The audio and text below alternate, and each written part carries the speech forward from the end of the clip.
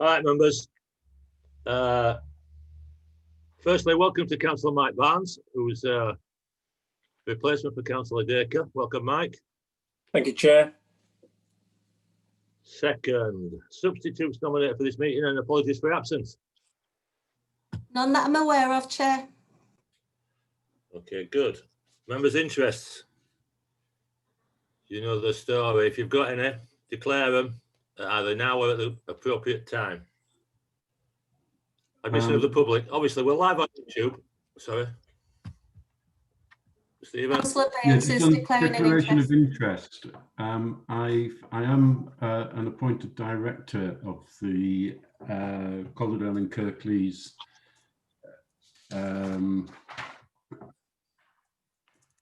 what they are now. I'm only a director of it, but the C&K Careers. That's it, the correct thing. So I just ought to say that, but I am there representing the council anyway, but it could be classed as a conflict of interest. All right, Stephen, noted. Admission of the public, as we've already said, we're on YouTube. Hi, sorry, Chair. Yeah, same with me as with Stephen. I'm also a director on C&K Careers. So I don't necessarily see it as a conflict of interest, but yeah, just need to declare that interest. Thank you. Okay. Any more for any more? Okay. Admission of the public. We're live on YouTube. Members, I always start with the same thing. It's easy to forget that anybody in the world can watch what you're saying. I made a mistake a couple of meetings ago. Let's try not to remember. Let's try to keep that in mind. It's not really like being in the public in the town hall when the public don't go there. That'll do. Minutes of the meeting, 26th of August. Members, any comments? Oh, sorry, one procedural thing, especially for new members and guests. It's no good raising your hand because my screen's frozen most of the time. So if you want to ask a question or make something, make a comment in chat and I'll pick it up. Is that clear? Good. Minutes, meeting 26, comments, members. There were none. True record. I usually ask Councillor Blackburn and Councillor Baines to do this, but Councillor Courtney, I can see your hand. So Councillor Blackburn, happy? Sorry, Chair, I'm afraid I wasn't at that meeting, so I'll leave it to somebody else that was, yeah. Well, I've got Sarah. Can I have somebody else, please? Councillor Hutchinson's. Thank you.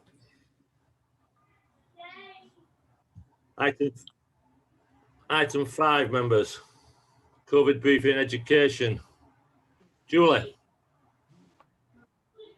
Thank you, Chair. Good evening, members. We have quite a number of people who will need to introduce themselves to you who have who are attending scrutiny this evening.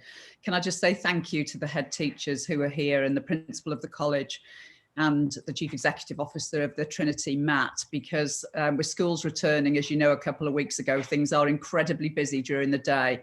And myself and the members really appreciate you giving up some of your valuable time to update and brief the elected members on how things are going in education.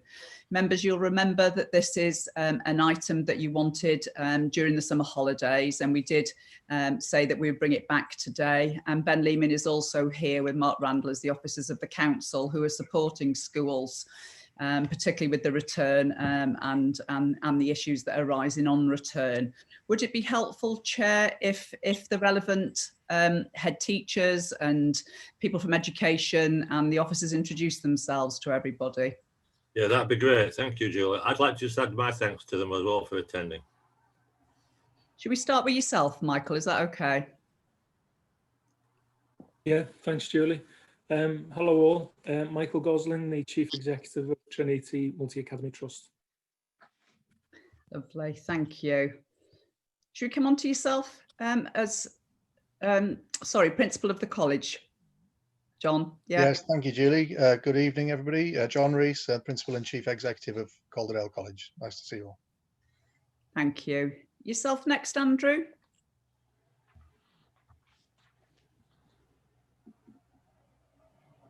Right, hi there. Sorry, Andrew Fisher, principal at North Halifax Grammar School and currently chair of CASH. Lovely, thank you. And yourself, Claire? I'm Claire Cope, head teacher at Burnley Road Academy in Mytham Road, and I'm interim chair of CPHA, the Primary Heads Association. Lovely, thank you. And Phil's here. Good evening, Phil Hanna, head teacher at the Whitley AP Academy. I don't think Mark and Ben need any introduction to you. You both know them really well. I don't think I've missed anybody out, have I, from the education world? If so, just shout out. No? Okay, shall I start with you, Mark? Is that okay? Just to give an overview from the council side, and then it'd be good to be able to open it out to questions for members, particularly for the relevant people. Thanks, Julie. Good evening, everybody. I'm not going to talk for as long as I would normally do, given we've got people here who will give a far more realistic view of the way things are in schools. Just wanted to give you some overall information around attendance, in particular in Calderdale. Obviously, as we did prior to the schools ending at the end of last academic year, then schools completed daily Department for Education return, and we're able to access that data. That gives us a very clear overview of the percentage of schools that are open, partially open or closed, overall attendance, and then the attendance of those children with a social worker or those children who have an education and health and care plan. Now, there's always a word of warning with this data, and especially in the situation, as I think Ben will come on to, and I know primary and secondary and post-16 colleagues will, it's an ever-changing situation given the rate of transmission and the number of cases within our school settings. However, as of yesterday, then we had 91.6% of our settings that were fully open. We have no settings that are fully closed. However, we do have around 9 settings that are partially open. And by partially open, we mean that they are schools that have had confirmed cases in 1 year group or maybe 2 year groups. And then through conversations with Ben Lehman from Public Health and myself, the schools have been advised to close one of their bubbles down. In primary school, that bubble has routinely been a year group, which may be a class or 2 classes. In secondary, we are now moving to a point where our bubbles closing are year groups. However, we're working very closely with head teachers to look at the guidance in detail and identify close contacts. And I'm sure Ben will come on to some more information, some more detail about that. So in terms of the fact that we've got 91.6% of our schools fully open, we are below that national picture. Yesterday, 93.7% of schools nationally were fully open. So we're slightly below that picture. But again, it's the action we're taking, which is the right action based on public health advice. As of yesterday, overall attendance across the borough was 83%, and that's slightly below the national picture of 85%. Just to give you some information about Thursday, I had a very positive conversation with the Department for Education on Thursday, and at that point, our attendance in Calderdale was above the national average, it was above the regional average, and we had more schools fully open than the regional average. So with only 2 days in between that phone call from Thursday to Monday, which is, Tuesday, which is what those attendance averages are based on, as I said, it's an ever-changing picture. So I think, Councillor Race, that's probably enough from me, unless any members have got any specific questions, because it may be that from listening to primary, secondary, post-16 colleagues, there are some questions that I can answer or I can contribute to some of their responses. Okay. Members, questions? There's nothing on the chat function.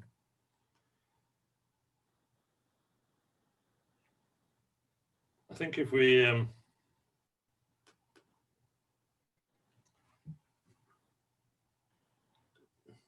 all right, nothing on the chat function. I'm just trying to find the notes I made. Might be a second.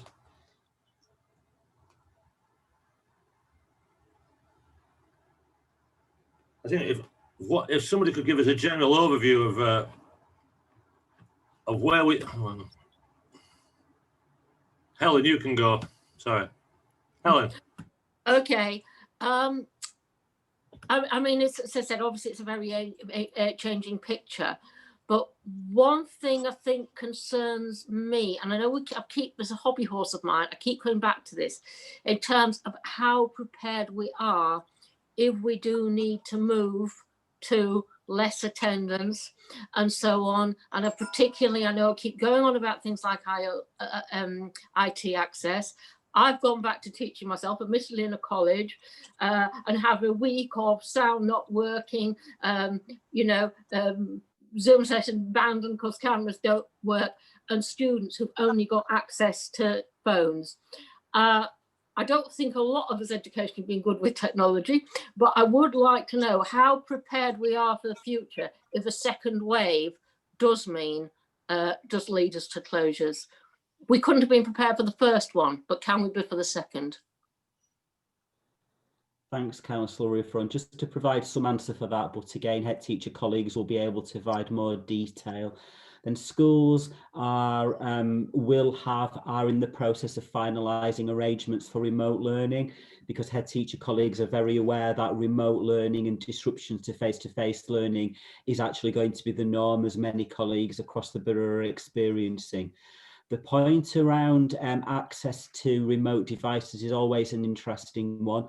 As we discussed in detail at previous meetings, we were able to allocate a significant number of remote devices to children with a social worker, disadvantaged children in year 10 or care leavers.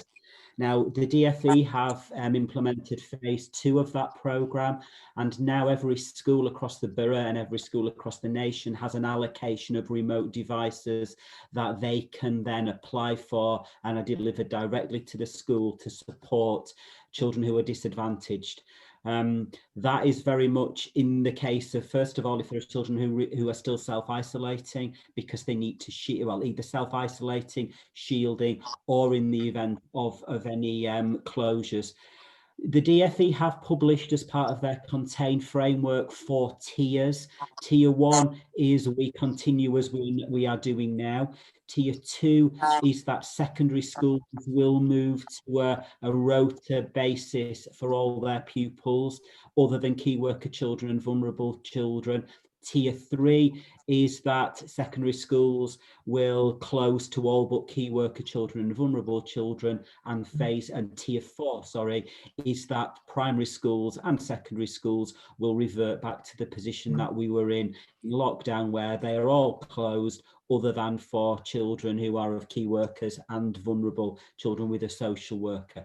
So in many ways, schools are preparing for that. DfE are supporting with remote devices, and schools now are able to apply for those remote devices. Those children who had those remote devices and the 4G dongles historically obviously have still got them, so we're further on in that process. I just wonder then whether, as primary, secondary and post-16 colleagues talk more, they'll be able to describe in a little bit more detail the work and the plans that they're undertaking. As we've mentioned before, from a school effectiveness position, we are working with those schools who want to join that work to support them and to signpost them to that range of resources that are available, whether it be from DfE, Education Endowment Foundation, etc. Okay, I think Anne had a great suggestion. I think we'd like to get a feel of, from maybe a secondary head, a primary head. The bare attendance figures are very interesting, but what are the people not coming to school because they're scared or because they're infected? How are we handling that as an organisation? How are they handling that as an organisation? That's a bit of a rambling question, but the bare attendance figures doesn't really mean too much unless we know the reasons that people aren't attending. And is that a problem? Would anybody from the education team like to answer that? I can answer that in some sort of response to Councillor Raystrick. First of all, I think it's important to note that the government have suggested that the parental responsibility measures are implemented again in terms of fining, and our education welfare colleagues are working closely with schools and with parents as needed in order to ensure that the right solution is arrived at. We are aware from an educational welfare team perspective that there are parents who are still extremely concerned and are choosing not to send children to school. So rather than schools or the local authority just issuing fines, it's about working with those families. It's about ensuring that they're fully aware of the range of protective measures schools have put into place in order to safeguard children. However, as we've said before, it's also important to note that, for example, for any holidays in term time, then fines would be being issued as would normally be the case. But it's being pragmatic about it, and it's working with schools and parents to come to a sensible resolution, given the anxieties that still remain, but yet still given the fact that everybody around this table in our meeting, everybody, every head teacher, every local authority officer still wants still do want children to be back in school where it's right for them to be.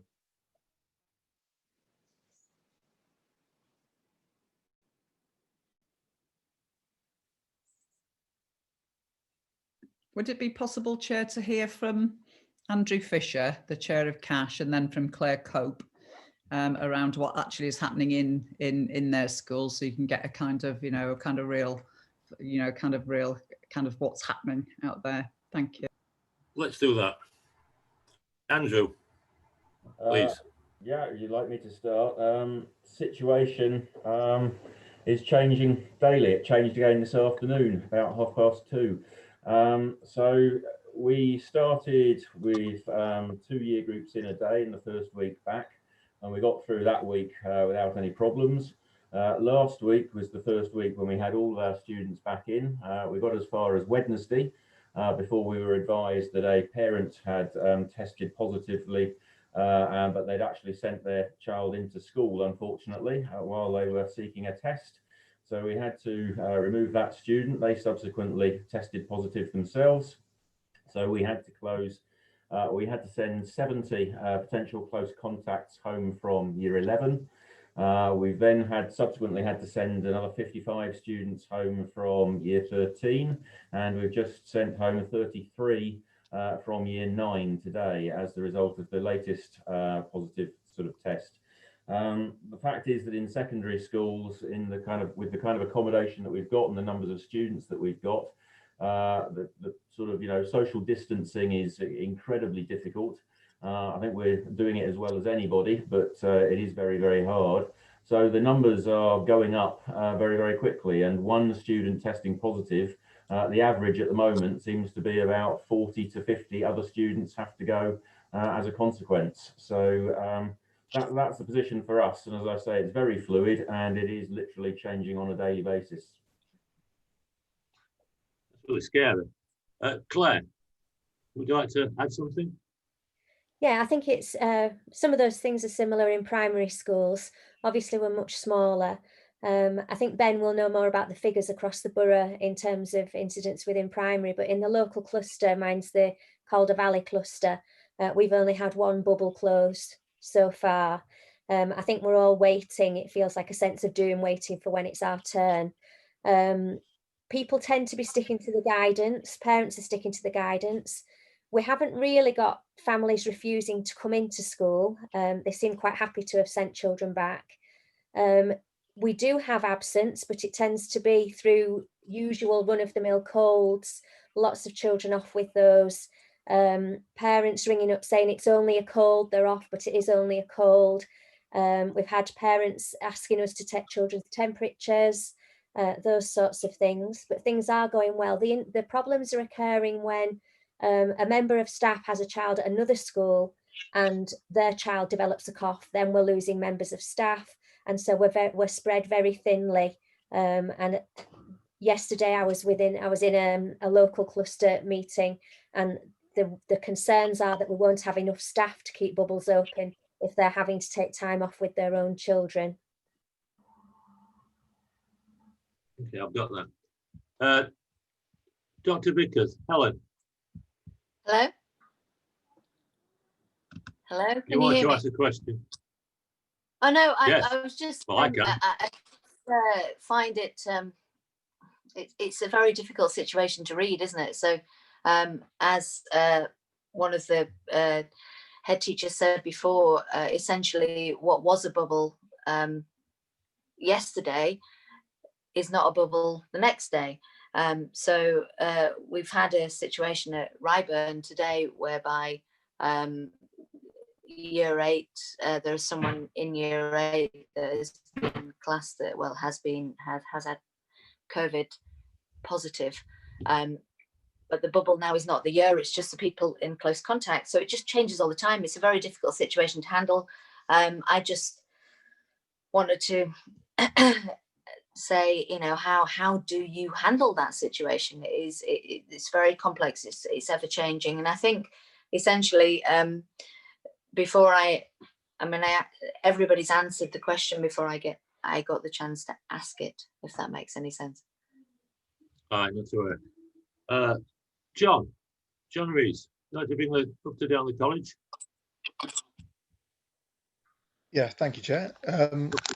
Situation at the college, I'm broadly similar to that in schools. We're fortunate thus far that we haven't had a positive test and therefore haven't had to close a bubble. Bubbles in our context are probably slightly different.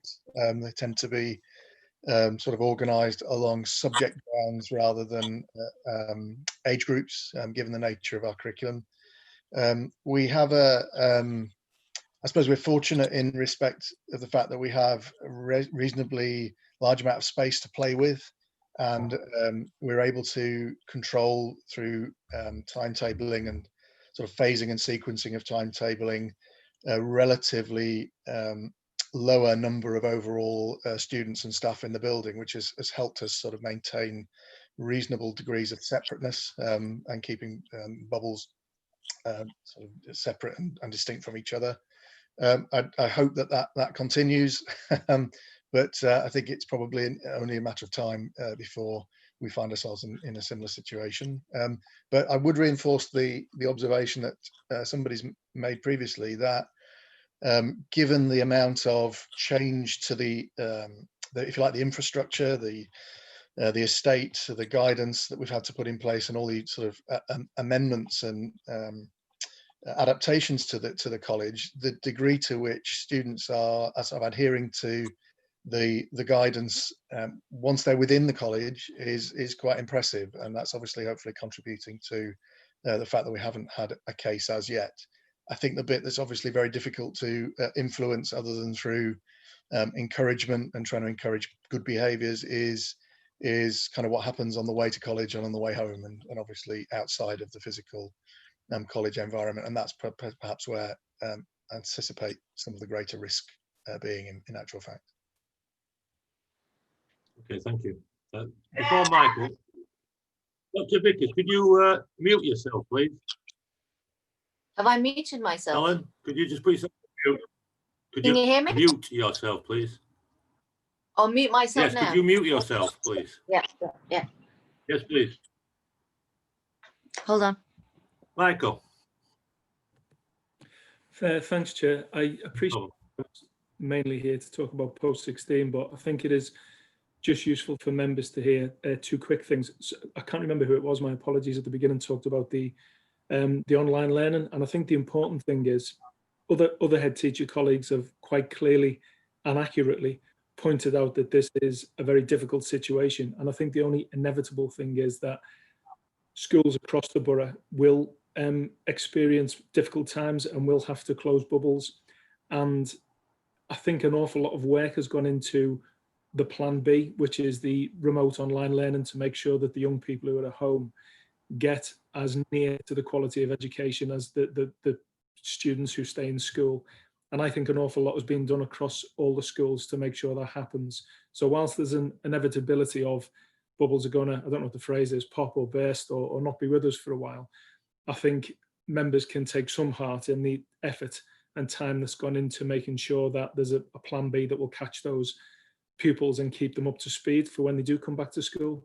And then the other thing that I'd like to say, and it's from a Trinity Trust perspective, is that the support we've received on a local level from Mark, and in particular from Ben and his team, in my opinion, has been outstanding and has made a huge difference to our ability to run our schools effectively. So I just wanted to put that on record.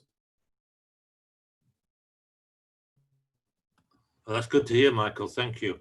While nobody else is asking, so when I think it was Andrew that said it sent, I don't do the sums, but about 150 people home. Those pupils are still able to access online learning at that time, aren't they?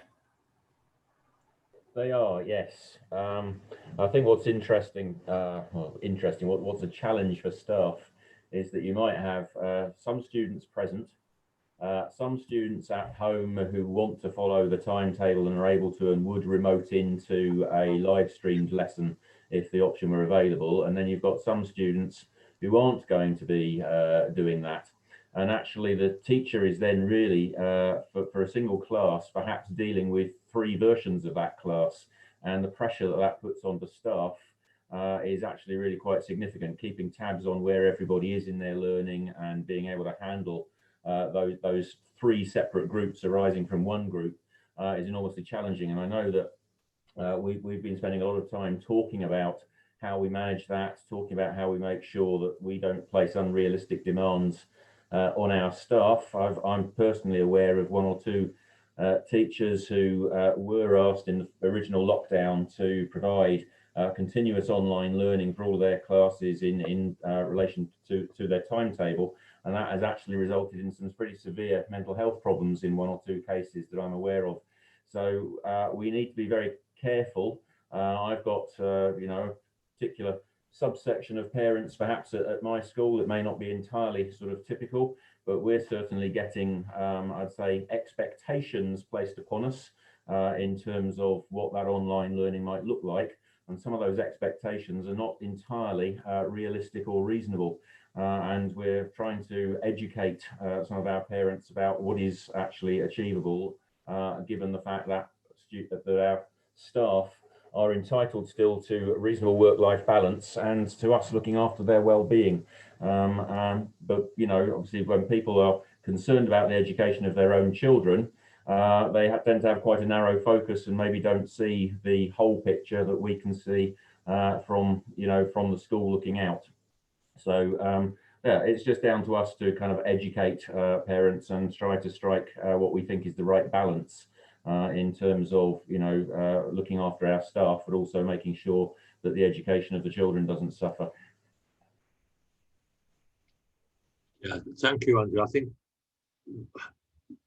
we all appreciate that. I think the mental health issues of remote type or even mixed type, the lack of social interaction is a big issue.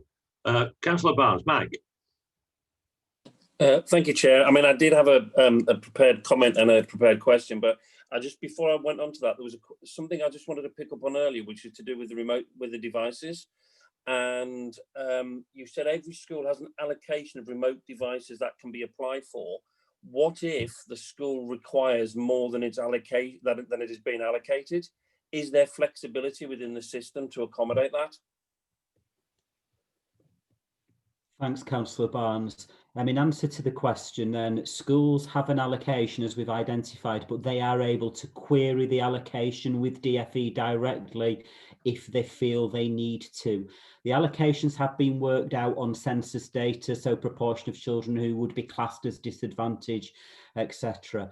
It's a programme that's been led by DfE and schools linked directly with DfE, so it's not that we have great control over it. However, as I've said, there is an ability for schools to query their allocation if they don't feel it's right, given their understanding of the element of disadvantage within their school setting.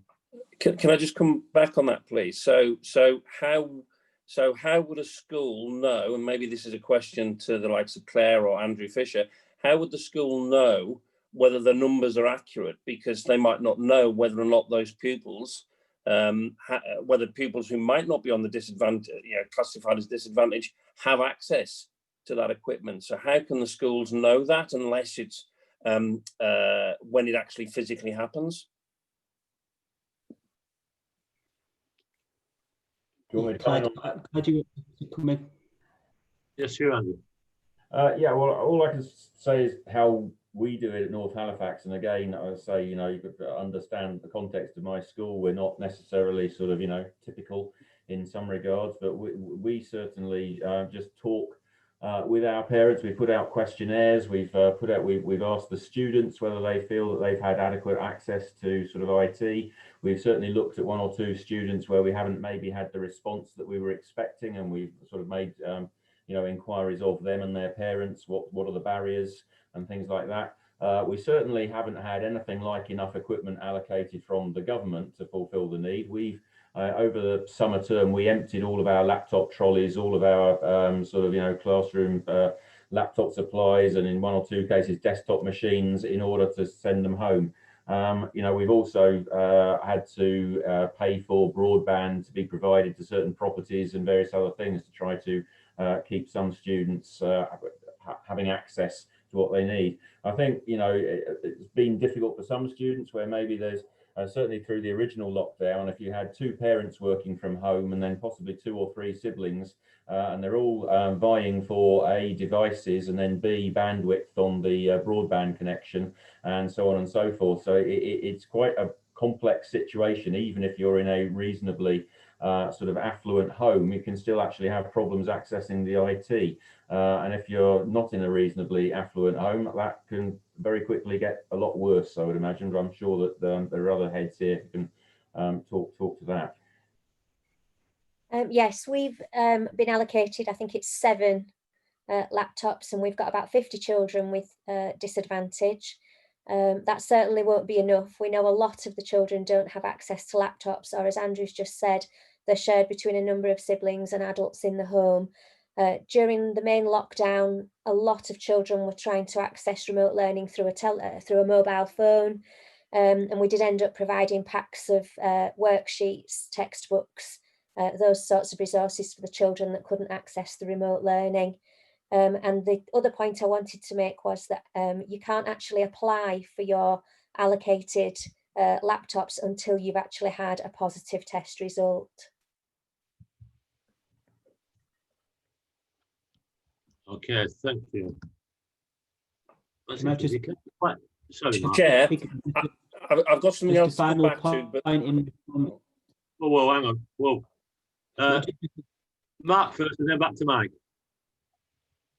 Just a final point to reiterate Claire's point, and again, I think, you know, to reiterate Councillor Barnes's point, if I look down, as I am doing now, at the allocations by school, then albeit some of our schools that do have a higher proportion of children entitled to free school meals or pupil premium, which is the criteria the department have used, then there is nowhere near enough for one per child in terms of matching the numbers equally. So that the challenge for head teachers will be, when there is lockdown, how that is managed in terms of that small number of devices, and when you may have 2-year groups locked down, and that ever-changing nature of it. So that, you know, that will be a significant challenge for head teacher colleagues. Thank you, Mark. Mike. Okay, thank you, everyone. Chair, what I was just going to say is I have got something else, but I've noticed there are other members wish to speak, so I'll come back at the end if that's okay. Yeah, that's if I remember, Mike. Yep. Sheila.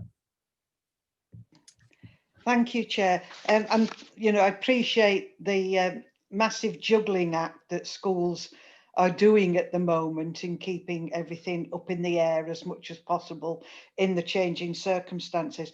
We had the figures about children attending and being at school. What is it like for staff? Because we're well aware they're under tremendous pressures, and sort of what sort of staffing absence is there through being ill themselves, or a family member, or they're waiting for tests? Because obviously, you know, the education of the children is dependent on having the adults to educate them. And, you know, it's fine having all the children in school, but if, you know, I'm hearing reports in some schools, not in Calderdale, but around the country, where, you know, heads are having to spend an awful lot of time trying to get cover because staff are absent. So if we can have an update on that and how's that going, that would be great. Can I ask Phil to start with this, please, and what's happened at the Whitley AP? Yeah, I mean, we've been quite fortunate in that we're a small school operating just as one bubble, following the DfE guidance.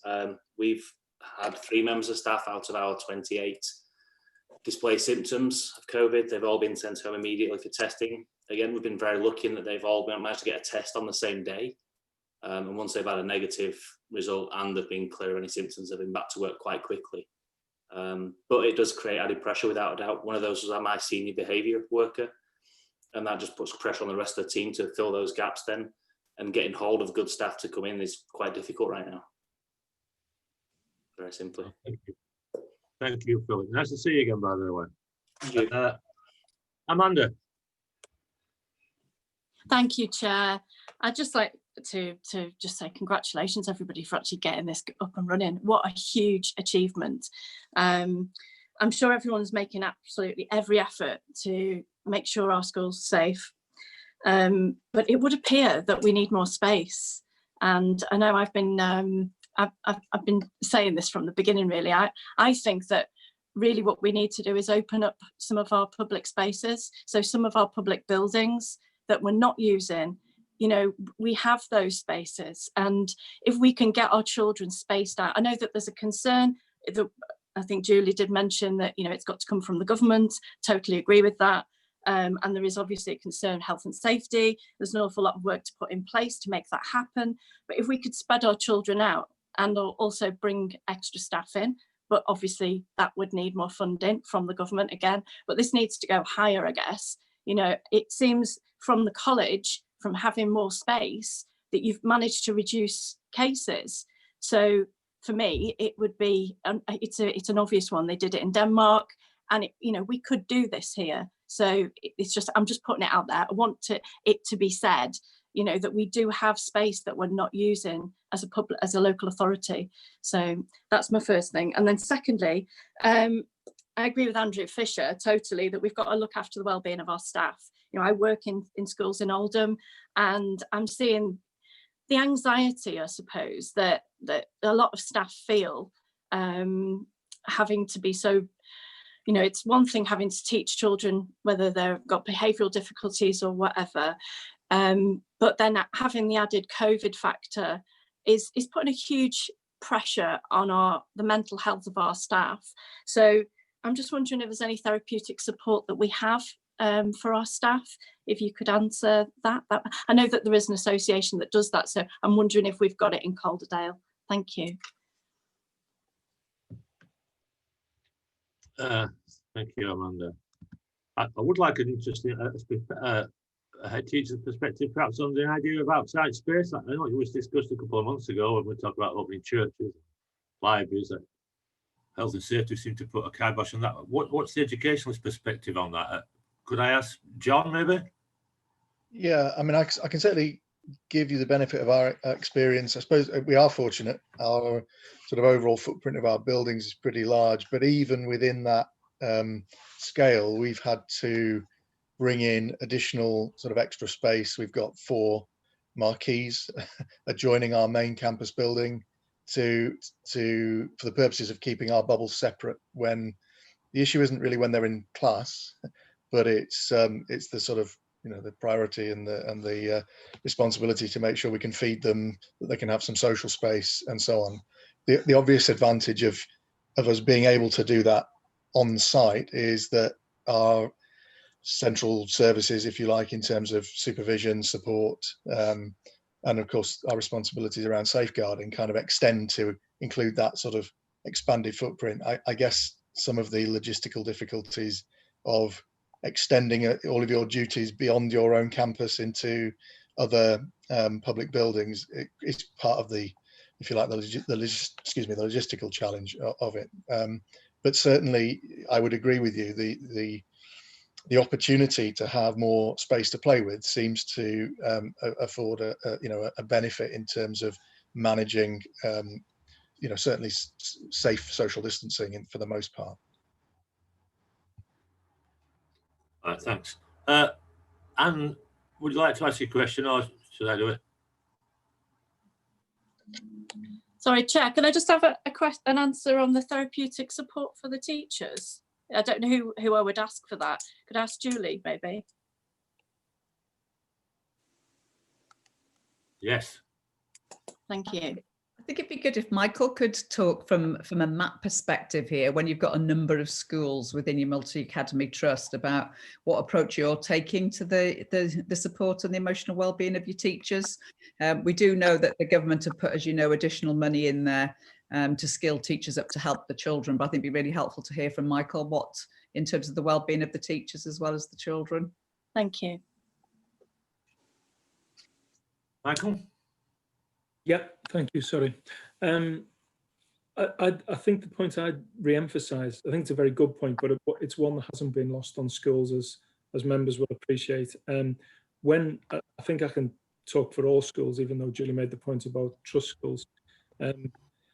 Again, working with the local authority, very thorough risk assessments were done at the beginning of lockdown, really, and then partial reopening and then full reopening.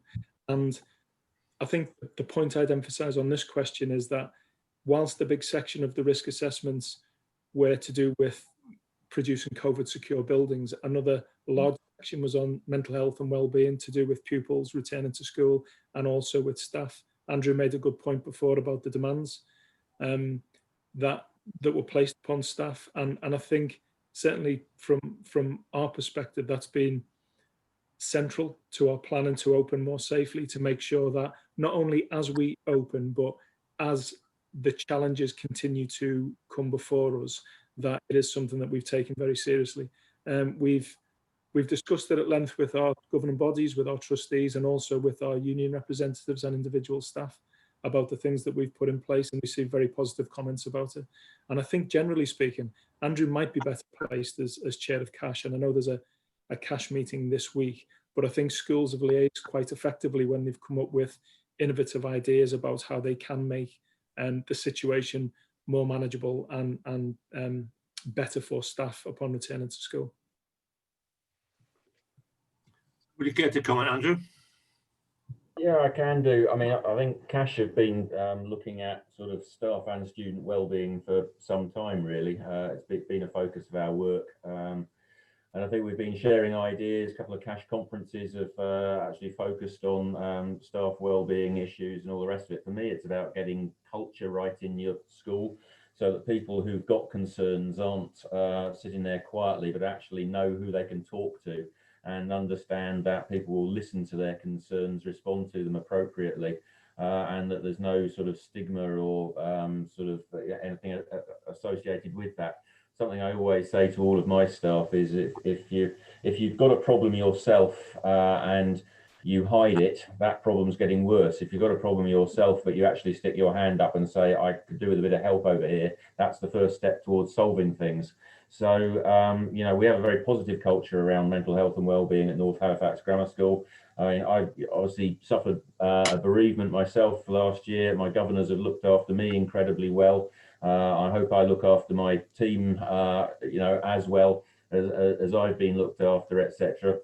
I think it comes through the culture of the organisation, and you know that people don't feel that they're going to be judged, or sort of, you know, that it's going to hamper career prospects or anything like that, if they actually admit to, actually, you know what, at the moment I need some help here, but in the future I may be able to help someone else when I'm in a better position, because I think we all have our ups and downs in life, and there are times when we're able to you know, help others out, and there are times when we need to be able to accept help from others, and that's for me the kind of reciprocity that human beings are good at, and that we need to foster an encouragement and understanding of that in schools for our staff as much as among the student body too. Yeah, I think we should all try to put our arms around each other, not figuratively, obviously, at the moment. Councillor Collins was asked, are schools able to test in-house? Are they always having to go outside? Oh, I presume for COVID. Do you want me to pick that one up, Mark? Sure, Ben. So, I am Councillor Ray Street. So schools themselves do have a small supply of test kits that they can use for where it kind of what we'd call emergency situations where people can't get hold of a test. What we've done though for staff is ensure that they're regarded as priority workers within Calderdale and can access key worker testing, which isn't available to the public, but is available to people who work in health and social care, and now to people who work in education as well. So if any of staff within education or anyone in their family, which would mean that they would need to self-isolate, develop symptoms, we can get a test pretty rapidly through that system, and it seems to be working really well actually. And certainly we're seeing rapid turnaround on tests, and I think schools appreciate that extra capacity. Thank you, Ben. Howard. Thank you, Chair. Well, it's been an extremely challenging year because, of course, we started the year off with the flooding, of course. And one of the questions, I have a few questions, but one of the questions relates to the state of the buildings. Now we're ready for potential rising floodwaters moving forward over the next few months. There is clearly another challenge on top of everything else. Want to acknowledge the hard work of the heads, teachers and support staff. I think they've been doing an absolutely excellent support and providing pupils with the training and educational need that they actually need. The question relates to what additional support is being provided for looked after children. I'd like to thank Julie Jenkins for arranging a meeting with TLC, and I know we are providing additional support to, I think, 50 young people. But so that's another question. And the other question relates to needs, actually. It's a concern as we go through the next period as to how many people are we going to lose through the net, and we're not going to be able to continue to ensure that they have educational needs. So I think a few different questions there, really, if that's okay, Chair. Yes, fine, Howard. Can I suggest that Claire Cope talk about the flooding situation, if she wouldn't mind, and the kind of readiness for that, given the fact that you've had to deal with that, unfortunately, twice in recent history. The issue about looked after children and support, Mark can cover, and I would suggest the NEAT we can cover under the item that's coming up later this evening, the one from C&K Careers. There's a lot of data there as well, and I think it'd be good to hear again the up-to-date position with that and what we think the impact of COVID will be. But I suggest we keep that until that agenda item, if that's okay, Chair. Yeah, that's fine. I was going to suggest that. Claire first, then flooding, then Mark, whatever the other thing was. Yes, we have flooded twice, and we have returned to school. The flood works in Mythen Road are progressing and should be finished by Christmas. So in terms of resilience in the village, hopefully, fingers crossed, everything should be much better should there be rising floodwater again. In terms of our own school specifically, the DFE and the EFA have provided funding. So VBA, who are carrying out all the flood works, have been commissioned to actually put flood resistant doors and flood resistant air vents on our building. So people have been in and measured up. We don't know yet when that work is going to be carried out. Okay. Was it you now, Mark? Thanks, Councillor Raystrick. Thanks for the question, Councillor Blackburn. I think members are already aware that all of our children looked after received a remote device as part of the virtual schools work anyway. It was a decision that Rosina Kelly, as virtual head teacher, made very early on in lockdown. So obviously we're aware that there is that additional capacity from remote devices. And again, Rosina is working with colleagues across the council and then in schools about the element of internet access. Virtual school coordinators continue to work with children. I think it's about ensuring that those children are in school, that any children who need an additional or a new placement due to placement in terms of care changes, that they are very quickly in school, that they're very quickly settled in school. It was an interesting one from an education perspective for some of our children looked after. Some of them actually were very quite settled in lockdown, and from an educational perspective made better progress in lockdown than they had done in school. So I think it's looking at every individual, and the way the virtual school is established with separate coordinators and learning mentors means that the needs of every individual is taken into account from an educational perspective, but then still closely working with social workers in terms of ensuring stability of placements and how education placements, care placements can work together to the best effect for those young people. Thank you. Helen, Councillor Rivon.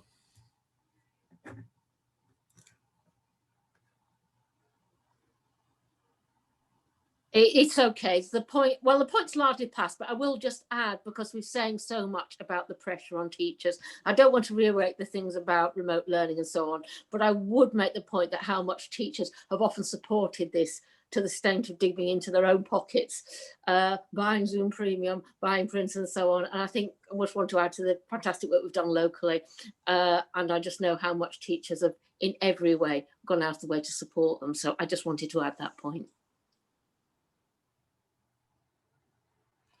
Okay, Helen, thank you. Dr. Vickers.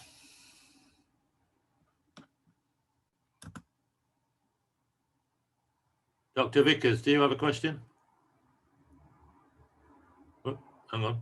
Sorry, I just had to unmute myself. Yeah, no, every question that I've had has been covered. So thank you. Super. Councillor Courtney. Thank you, Chair. I'd like to just extend my thanks to everyone working in the sector in whatever sphere. I think it's a really challenging time, and I absolutely know that everyone is doing their best. I've just got a quick question, really. Not an easy one, though, I expect, about attainment and about the gap in attainment. And we know there's been sort of quite a lot of talk both in previous panel meetings and just generally in other meetings and forum that I've been involved in about the sort of gap in attainment and how you know, the sort of, whether it's due to digital poverty as we've already talked about, or whether it's just or whether it's you know, just about, you know, getting into school or things like that. So it's just how can, this is sort of directed at the sort of school staff as much as the council, like how can we make, what are you doing and how can we make sure that gap isn't widening as much as possible? Obviously it's a difficult issue, it's a perennial problem, but and you know, apparently lockdown is going to make this a lot worse. So how are we going to, as a community, make sure that we're not sort of failing the children at the bottom, so to speak? Who wants that one? Who do you think, Sarah?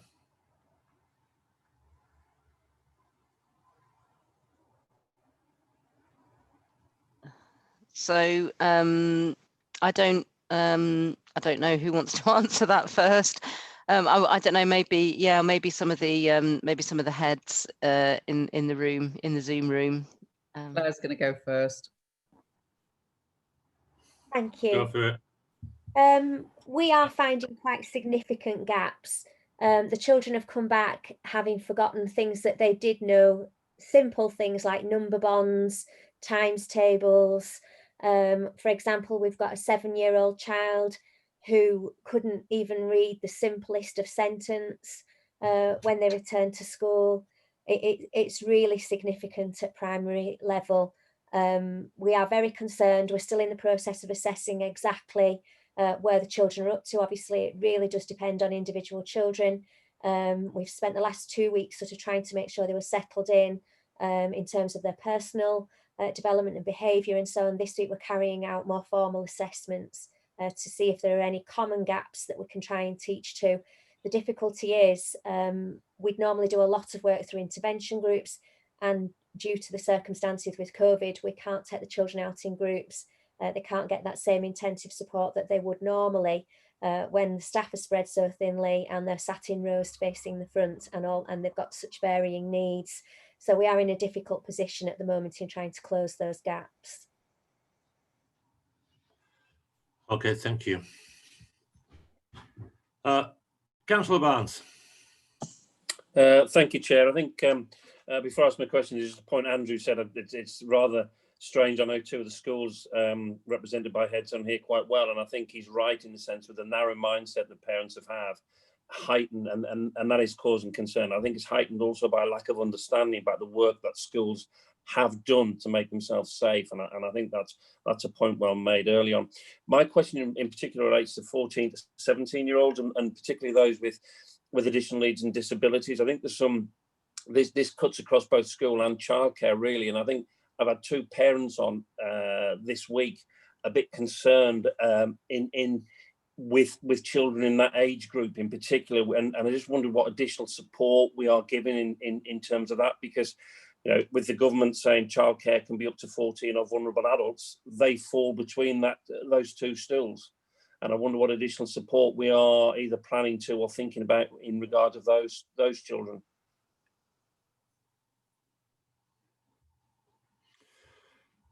Who fancies that one?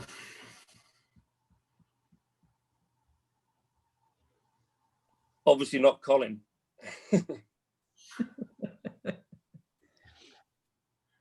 I can give you a college perspective in terms of the provision that we have for learners with special educational needs and disabilities as a group of students who take part in our employability and life skills program, around about 50. I think probably worth noting that throughout lockdown, whilst the vast majority of students were studying remotely, students with additional needs were amongst those who attended college more regularly, and we tried to ensure that we maintained a continuous and sort of cohesive provision for them right through. Obviously, in many instances, parental choice was to keep pupils at home, but there were increasingly over the previous lockdown period a larger number of students with additional needs who came to the college, and where parents were quite appreciative of the support. In terms of kind of returning to college at if you like, the back end of last academic year and the early part of this, we are in general terms operating quite a, if you might call it, quite a blended timetable, a balance of in college learning directly face-to-face in controlled classroom environments, some independent learning, and quite a reasonable volume of remote learning through digital means.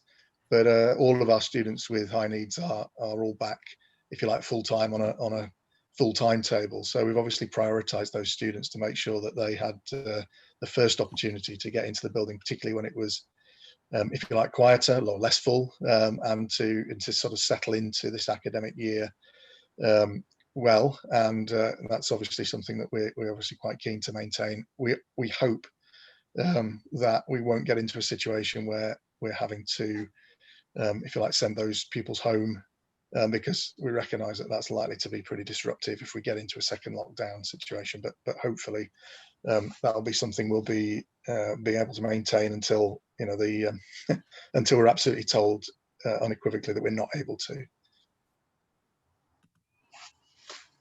Thank you for taking that, John. Councillor Parsons-Hulse, you're the last on this topic. Thank you, Chair. It's to go back to what John was saying before, really, about he was saying that he thought there was more risk on, and I've heard it from other parents as well, that on the way to school and on the way back home from school. I was wondering if I could ask the heads, is there anything that we can do as members to maybe support this process? Because a lot of parents are saying, well, wouldn't it make sense if children travelled in bubbles? Or, I mean, is there anything that we can be doing that we can, I mean, we've got 2 extra buses up in my ward, and parents are saying, kids are still struggling to maintain any social distance. So yeah, can we do anything as members? Thank you.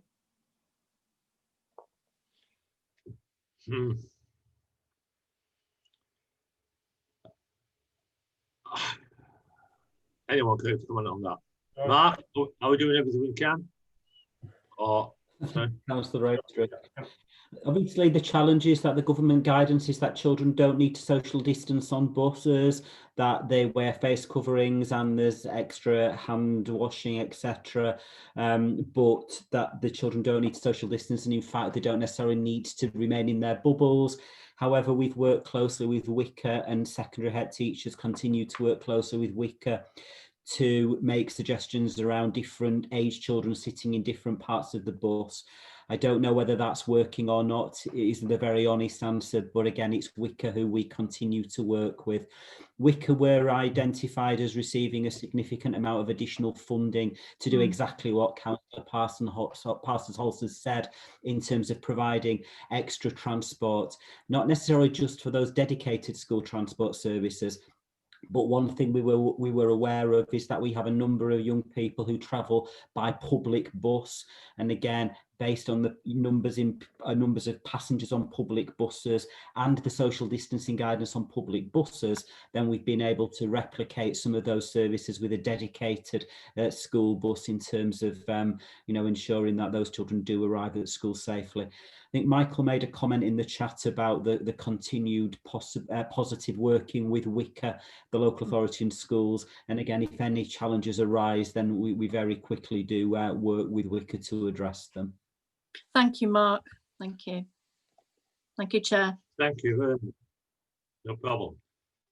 Members, I'm going to call this. I don't think I've ever done this before, but I'm going to have to call this item to a close because I think we could literally go on all night. So I'd like to thank everybody for participating. A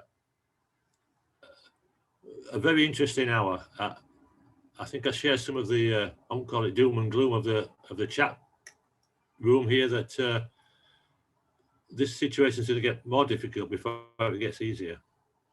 So anyway, thank you all again. Item 6, members, which I believe is Trinity Sixth Form. I'm just reading the agenda papers, and I think we should try to concentrate on where we are with the new town centre facility. How's it going? How many people we've got? And if there are any special challenges in the current case, we'd like to know what they are. And I guess is it you, Michael, or is it? Yes, it's Michael. Michael, yeah, I thought it was. I'm going all down. Yeah. Thanks, Chair. Yeah, so I'll be relatively brief and then just throw it open to any questions people have got. People will know the story of the Trinity Sixth Form Academy, as it's called, and the headlines are that it did open successfully in September. It has admitted its first cohort of students. I actually came from a governing body meeting into this meeting tonight, so sort of got some latest figures. The number initially that the institution was targeting recruiting to was 300 in year 12, and add that to in time 300 in year 13, and you've got an institution of a minimum of 600 learners. We were worried last year because normally when you've got a nice, and the building is fantastic, a nice building to show learners, you can bring them around, you can show them it, you can sell the organisation and the institution and they buy into it. Of course, we couldn't do any of that, not least because the building was being completed, but then also because we couldn't bring any large numbers into the building. So we lost that. So that's what worried us, because the ace card in the pack, as it were, couldn't be played.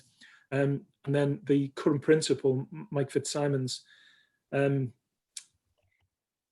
gave me an update tonight on numbers, and he's had to cap recruitment at just short of 370 because we don't think we can fit any more in the building at this point. So it's been a tremendously successful recruitment campaign, considering that we haven't been able to bring pupils in and show them what a fantastic building it is. I kept out of their hair in the first week because no one particularly wants the CEO sort of looking around the corner, finding out how it's all going. So I went in the second week and spoke to a number of staff there and a number of learners there, and they are overwhelmed with the building. They are really impressed by it. It's got a great further education sort of HE feel to it, even in the current circumstances. And obviously it feels quite different now than it will be with all things being back to normal, as it were. And it's been really positive to date. I don't know how many councillors have had the opportunity to go around, but I would recommend it to anyone, because it's one of those places that makes you think, I wish I had done my A-levels in a place like this, because it really is a really effective stepping stone between secondary education and university, or whatever path pupils, students tend to take after that. I would emphasise, because Andrew's on the call as well, that there are a lot of effective 11 to 18 providers. So this isn't a sort of one-stop shop for Calderdale students. It's a choice. It's a valuable choice, I think, and it's something that to date seems to have been very enthusiastically embraced by a number of students across a number of Calderdale schools. And of course, a number of those schools have worked with ourselves and the council in a very positive collaboration over the last 2 years or more to make this possible. And we sort of looking back on it with pride and looking forward on it with tremendous enthusiasm about what it might become.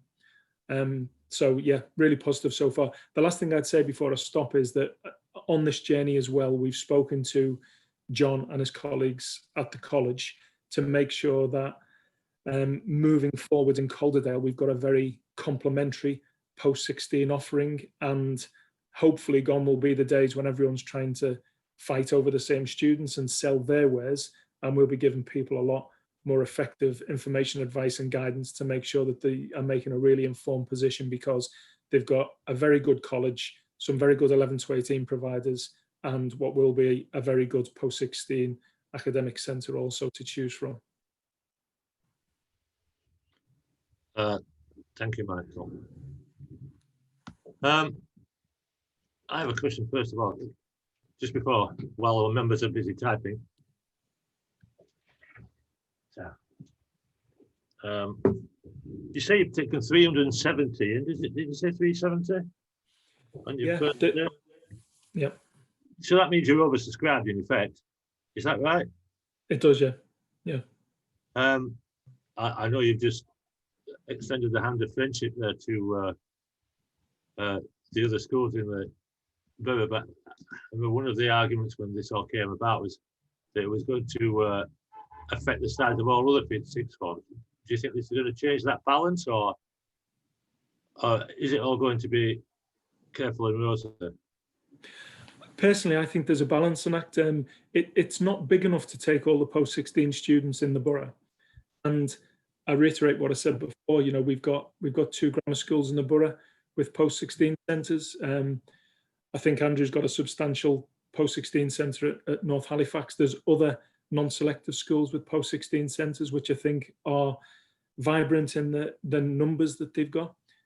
What this does allow us to do is, because we've got more students in one individual setting, those organisations that were struggling with post-16 numbers, that had very low sixth forms and therefore a narrow curriculum offer, thankfully are gone, and have gone in collaboration with the council and ourselves and widened their year 7 pan that solved the secondary basic need problem as well. And when we've got an organisation of the size of Trinity Sixth Form Academy, it means that the A-level offering we can put on is in excess of what a normal 11 to 18 post-16 offering would be.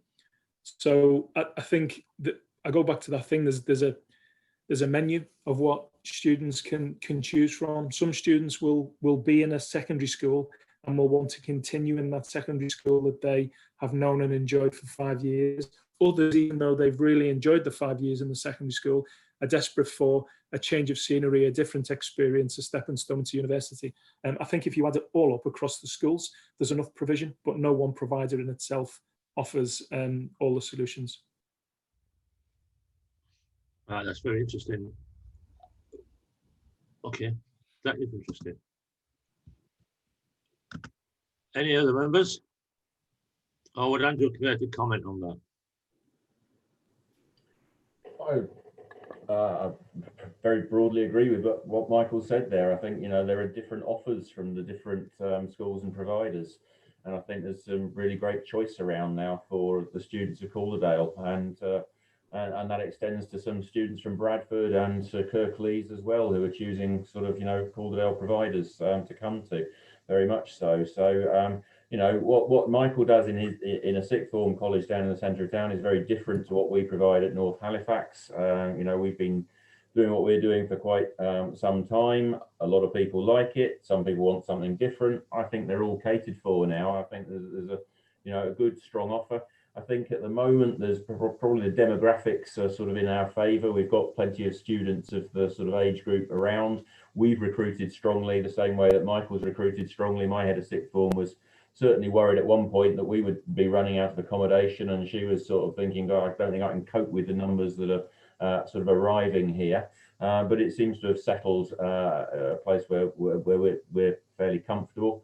I'm interested, and I think it'll come out in the wash down the line, but obviously with the situation with GCSEs this year, there may be some students who've got, sort of grades that, we know that overall the grades are slightly sort of higher this year than they've been in the past. So there may be some students who are coming onto courses who have got centre assessed grades that they might not have got in the actual examination. So I know that there's been discussion sort of around schools about the need for some fairly sort of early assessment to make sure that we're able to support the students to access particularly the A-level academic courses that they may have got onto, with sort of, hitting the minimal requirements that all of us as A-level providers have. But at the moment, I certainly am not seeing any, I'm not having heads of department beating a course to my door to say you've recruited a load of students who can't cope. And I expect Trinity will be finding the same. I think the students, have come in, settled down well. And as I say, I think hopefully, if we've all got the advice and guidance right, hopefully all of these students are landing in an institution that will meet their needs and that they will have thought carefully about what suits them. And now I think they've got great choice in Calderdale, and so hopefully it will continue to be successful going forward. Can I just add something to that, Chair, please? It's John Rees at the college. Sure, John. Yeah, I really, just at the risk of sort of violent agreement breaking out, really. I think it's about each institution playing to its strengths. As you probably know, the college has a entirely vocational and technical and sort of professional offer, which doesn't significantly overlap with the offer at Trinity or indeed at North Halifax. And so, that the importance of having good institutions with a broad offer, providing the right choice. I mean, the choice is between good provider and good provider. The point of difference is what's the type of provision that you're interested in terms of getting you where you want to go next, in terms of career ambition or progression and destination. So I would say it's broadly speaking a pretty good place to be, that we've got a range of high quality providers who are good at what they do, but there isn't a huge amount of overlap or duplication in the system, and that's probably a good thing. Can I just add one final point, Councillor Estridge, from a council perspective? Councillor Collins has raised this on a number of occasions when we've talked about post-16, and she's absolutely right. But in 2019, we had 20% of our young people in Calderdale who went to either Greenhead or New College Huddersfield for A-levels. So actually one of our hopes is that many of those children will be drawn now to join Trinity. So we will be keeping more Calderdale children within Calderdale. We've got that complementary offer. We've got a strong and broad offer across the borough, across the range of expertise, and hopefully we'll be able to keep that 20% of children who historically have gone to Huddersfield remaining in Calderdale with the additional capacity that Michael will bring with Trinity, as well as all of the other providers. Yeah, it's a well-rehearsed argument, Calderdale, schools for Calderdale children. We've been there many times. Students thinking clearly, I think Michael said, God help us if that ever happens. Howard, Thank you, Chair. First of all, thank you, Michael, for the update, and a big, massive congratulations for opening what looks like an absolutely excellent facility for young people. I think it's, I've always supported the sixth form college within Halifax, and I think it will be absolutely amazing to move forward. So I wish you every success on that side. The question I have relates to year 11 last year. Probably had a bit of they've had a challenging period, I guess, because they went from transition from other schools. Like Rastrick was involved, of course, because Rastrick's high school closed their sixth form. So it's really a question as to, are you providing these young people with additional support? Because another transition to another facility is quite challenging for most of us, and an office move is quite challenging for most of us. So trying to establish, is there additional support available for those young people that might just need a little bit more help? Yeah, that's a good question. We have worked quite closely with the schools, and we put on quite an extensive, we called it a Padlet, but it was like a foundation experience for students who'd applied.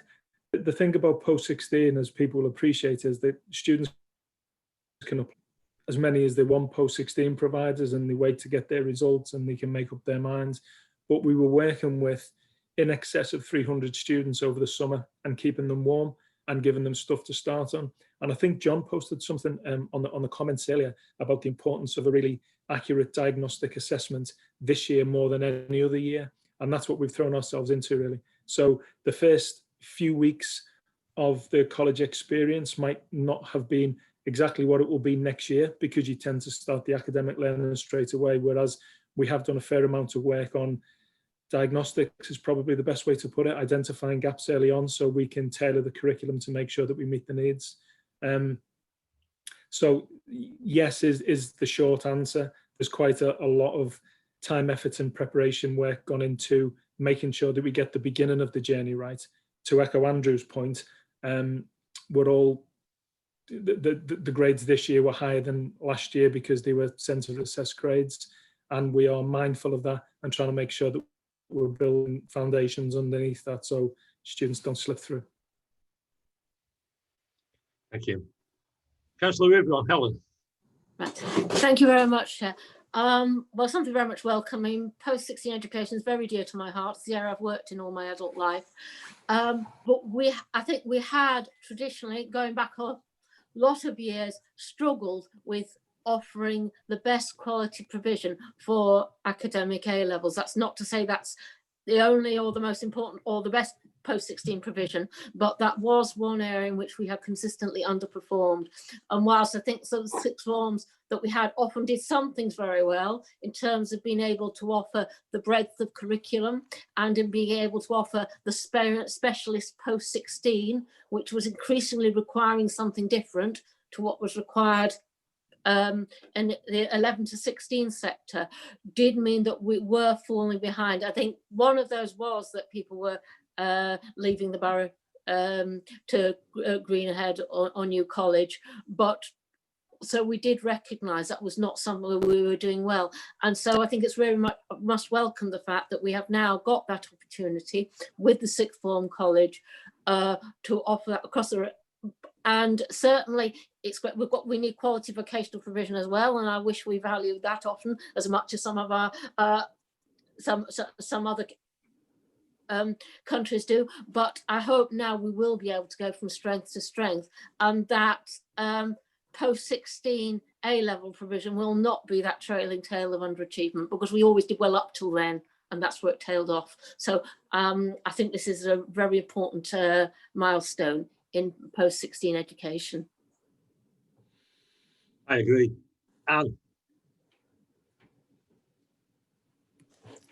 Sorry, Colin, I think actually the things that you say I always raise have been covered anyway. The post-16 thing was what I was going to raise. And without wanting to sound too parochial, I think what as a scrutiny panel we need to be looking at next year is, if we've got such a good, strong, varied offer, then we need to be sure, as Helen said, that we're succeeding post-16 A-level as well as we were when we got to what I would call the old fifth form level. So you've answered my questions. The points have been raised. and I shall keep on harking on about it. Now that we've got a good offer with a good college and a good variety, we need the results to improve post-16.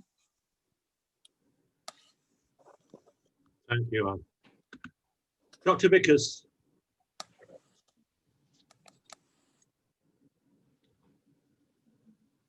Dr. Vickers.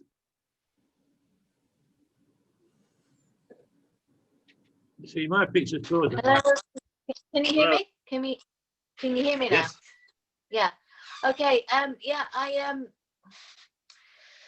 I've not had the opportunity to visit the college, so I have no idea what it looks like, but all I've heard so far is how wonderful the building looks. What I need to know about, or what everybody needs to know about, I suppose, is what staff are being provided, what standard they are, you know, laboratory wise, scientifically, how is that working? I don't know. Sorry, my son's just come and sat next to me, which wasn't supposed to happen. But yeah, I would just like to know a little bit more about the whole situation, really, and how it's progressing, how it's going on, more than the building looks nice, if that makes any sense. Yeah, it does, yeah. I can quickly come in on that because I don't know exactly what people are aware of. The staff body, the leadership, the teachers, the support staff, predominantly, not solely, but predominantly 90% came from Trinity Academy Halifax, which over the last few years has operated an outstanding post-16 provision, and last year got the best value added in the borough, and then has, because it's got more students, has added additional staff to that complement for this September. It also took some staff from Tewkesbury the Cross, some staff from Rastrick High School, because that was the main partner in delivering this school-wise, and it agreed to close its sixth form as well as part of that. So all the technical courses that you talked about, the sciences and maths and so on, have all been delivered to a high standard over the last few years, and it's the same staff with the same leadership, with the same ethos and the same standards and the same rigor, which are now in Trinity Sixth Form Academy, just on a much larger scale, to make it in a fantastic bigger building. Sorry to labour that point, to make it available to more than double the number of students in Calderdale. So you have laboratories that are fit and set and usable for, well, teaching to A-level standard. Absolutely, yeah. In fact, I don't know whether it's an I'm appropriate sorry, I forum, just haven't had the opportunity to see this because for a number of reasons. But yeah. So that yes, we was, have.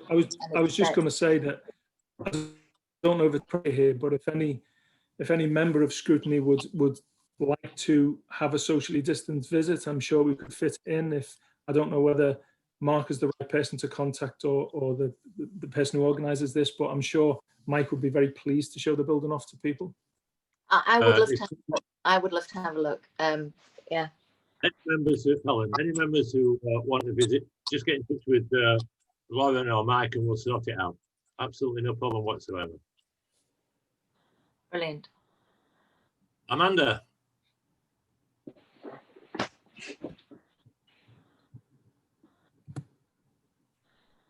Thank you, Chair. Sorry, unmute. I'd just like to add my congratulations. What an amazing opportunity to have this in Calderdale.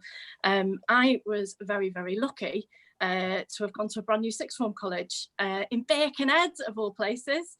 And I don't know. Not something to brag about.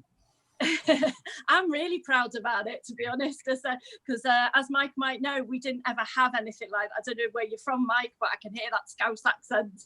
And do you know what? I would not be here today if I'd not had that experience. I come from a very working class background and I had such a lot of support at that place. So I'm absolutely thrilled that we've got this in Calderdale. And I'd love to visit. That'd be fantastic. One of the things I would like to ask, because alongside the A-levels that I did, there was an awful lot of, should we say, extracurricular support, extracurricular activity, which is really helpful to build those social skills or build your peer group, or, you know, to spread your wings, should we say, and practice what it's like to go to university. I certainly would not have gone to university had I not had those.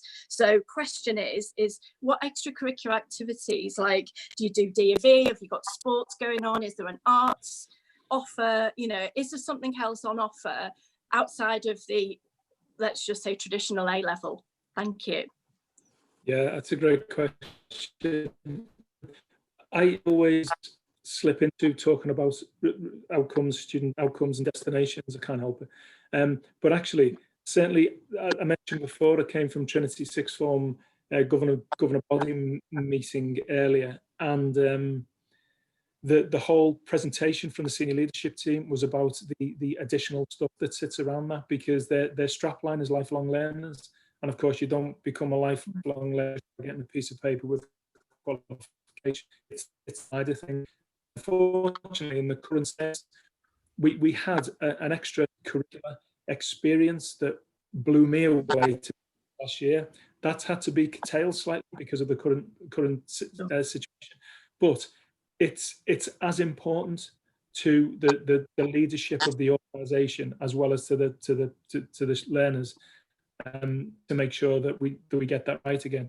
And the other thing I'd mention is being in the town centre, of course, makes it increases the possibilities, because you are next to local businesses and you're next to certain facilities, and we might not be able to utilise all that this month or maybe for the next 6 months, but there is certainly a desire. And also, I would say from the council's perspective, in our planning of this, the work that we've done with local businesses and facilities and opportunities has been very, very beneficial to the young people who will go there. There's probably more than anything else I've ever done in my career so far. There's such a joined up will for this to work, and for it to work really well between a number of partners.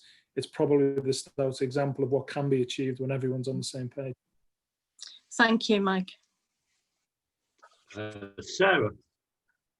Thank you. Just a quick one about further education, not just for children. So I know that Calderdale College obviously has sort of a lot of vocational courses and runs courses that a lot of adults attend, in terms of, in fact, I did a photography course there some years ago. But not adults don't necessarily only want to do sort of vocational courses. They might want to do academics courses, even if they've sort of left school early. And in fact, again, I did my A-levels at what was Percival Whitley College, now Calderdale College, and successfully went on to university after that.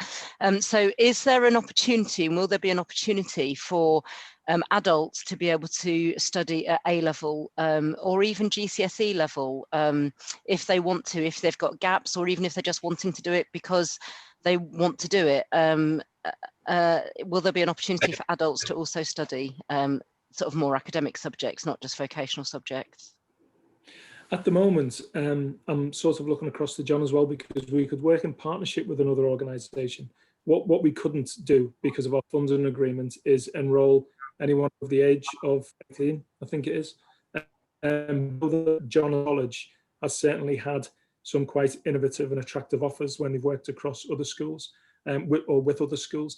The one thing I didn't mention before, and I think it is important too, is that when we set this up, because there's different models in different local authorities, and obviously our local authority is different in the sense of its size and also the fact that it's got 2 grammar schools. And we were very, very clear that we wanted to establish a very inclusive organisation. So as an example, even though we've got 370 young people enrolled to study exclusively courses and predominantly A-levels, we're also running a number of resit English and maths GCSE classes as well. So it's not in any way, shape or form an elitist organisation. In fact, some of the greatest success stories have been from some students who might struggle at secondary level and not get the most impressive set of GCSE results, but actually just needed more support or the right courses, and really managed to make progress at post-16. Sorry, I know that last bit wasn't in direct answer to your question, but I just wanted to explain it as well. No, that's really useful and it is really interesting. But I suppose it's, you know, we are in strange times. We don't know what's coming ahead in terms of redundancies. We don't really know what's coming ahead in terms of people having to retrain or people having to sort of like skill up and stuff in order to change careers and stuff. So is there, so just as sort of a general question, I don't know if this is for Mark or Julie really, but is there, because it isn't strictly about young people or sort of certainly not about 18-year-olds necessarily, but are there sort of plans and chances for adults to get further education opportunities? It's John, I can see your hand up there, but yeah, I mean, in response to one of your specific sort of inquiries, the college does actually offer an adult GCSE program. It's running evenings and in the daytime, and that covers maths, English, and science. It doesn't have the full breadth of a full GCSE program, but clearly 3 kind of key subject areas are available for adults, and those are exclusively classes for adults rather than kind of mixed in with 16 to 18-year-olds. The other area that the college offers currently, and has seen a massive, probably for the reasons you highlight, has seen a massive growth this year in demand, is our Access to Higher Education program, which is a 1-year academic program specifically designed for adults who are wishing to return to higher education, and it's a direct access route for, the clues in the title, it's access to higher education. We offer a number of pathways there with specific partnership or progression agreements with a number of universities in healthcare, business, and arts, creative arts. So as well as a general pathway. So there is a broad offer there for adults. In terms of the potential opportunity for adults to undertake A-levels, the honest answer is I don't know at the moment, but it's certainly something I'd be willing to kind of have a discussion with Michael about, if he's willing, and colleagues at the Trinity Sixth Form Academy, just to see what might be possible in terms of sort of creative thinking and curriculum design. So I think possibly would be the answer there. If there's a sufficient demand and a solution, I'm sure we'll find it. All right, thank you. Nobody else is asking. I'd like to bring this to a close. I'd just like to wish Michael and the team at the Academy all the best. I think I'd like to echo Councillor Collins' comment. We're both long-time members of this board, and we've looked at the post-16 offer over the years and hope that we could improve it. And I hope this is the start of something really excellent for the town centre of Calderdale. Thank you. So thank you all for your contributions. I think we're on to item 7. This came around from a request from C&K Careers to come and talk to us. I think we took it with open arms. It's an area we don't look into perhaps as often as we should. I would comment before we start. I see Martin's here from C&K. Julie can do the introductions in a minute. I often say at this board that we love data. I have to say that the report that we got from C&K Careers to read before this meeting was absolutely stuffed with data. Really, I almost got to the stage where I don't want any more data, but absolutely the most comprehensive report I've ever read. So, Julie, would you like to introduce all concerned? No, Chair. I'm going to I'm going to let the authors of the report give you the introduction to it. But can I just say, in terms of the head teachers who are here, if you are interested in the next item, you're more than welcome to stay.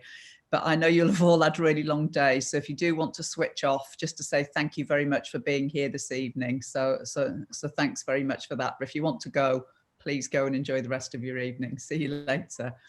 Yeah, I'm going to hand over to the experts, Councillor Ray, to give you the highlights from the report, and then we can open it out to questions. Thank you.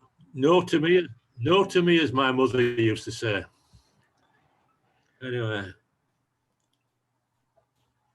So I guess that's you, Martin, is it? Okay, yeah, thank you, Chair, and thank you, members, for inviting us along. And yeah, before heads do disappear, just to to thank them. As an organisation that has colleagues placed in in every secondary provision and post-16 provision in Calderdale, it's a pleasure to work alongside these colleagues. Just to reiterate, the due care and diligence shown to the pupils and staff has been extended to the colleagues who work for C&K Careers as well.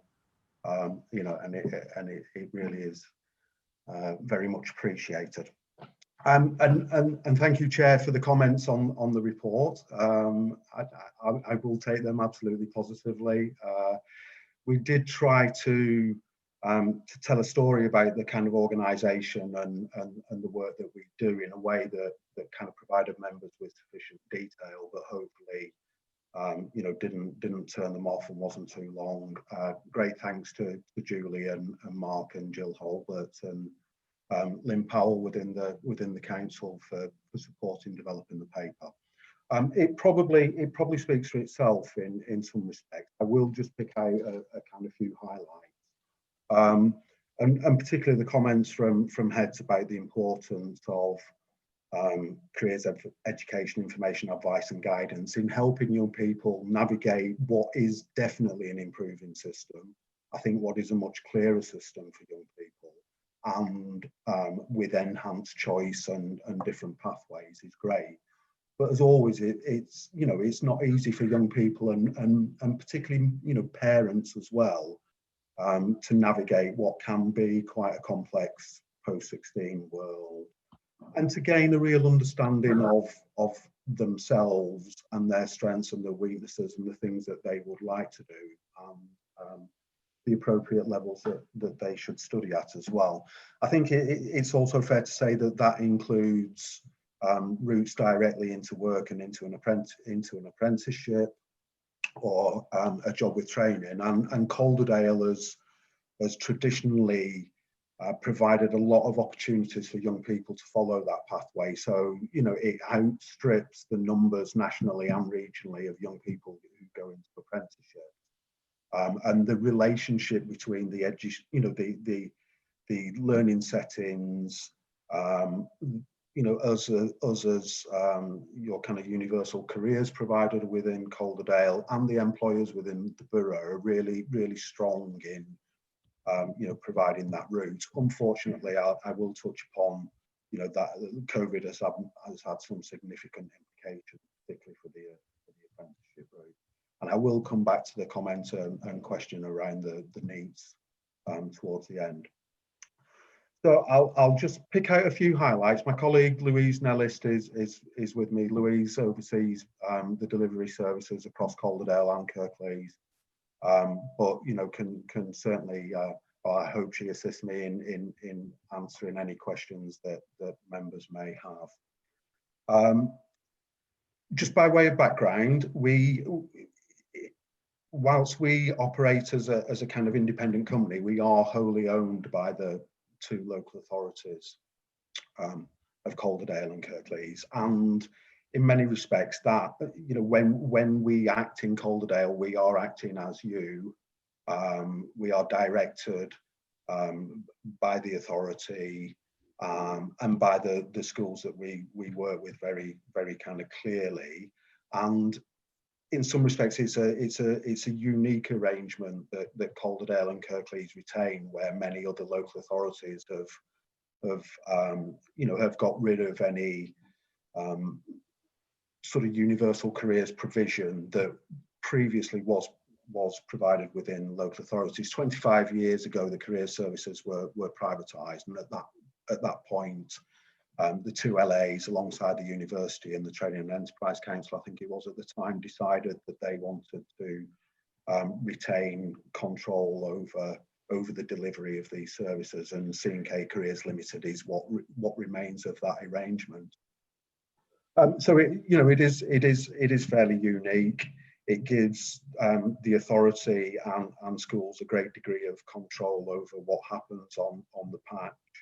And I think in doing that, and having invested in the services, over a long period of time, the outcomes that we are able to deliver on behalf of Calderdale and Kirklees are a reflection of that long-term investment in strategy and in the organisation. Calderdale is, out of all the local authorities nationally, on a scorecard that the DFE produce based upon data that we supply to them on your behalf. Calderdale lies 21st out of 150 local authorities. Kirklees is I think 23rd, and there are only 2 other local authorities in the north of England who are in that top 20% nationally, and they are Cheshire East and Cheshire West and Chester, I think. Nobody else figures. So against all regional, national, statistical neighbour comparators, Calderdale outstrips performance significantly. And I think we're able to do that because we are integrated not only with wider local authority children's services, economic services, but also because the arrangement has meant that we operate in every secondary school and in every post-16 setting, and we have long-term, well-established relationships with all partners, whether they be employers, employer bodies, or the services that particularly meet the needs of more vulnerable young people within Calderdale.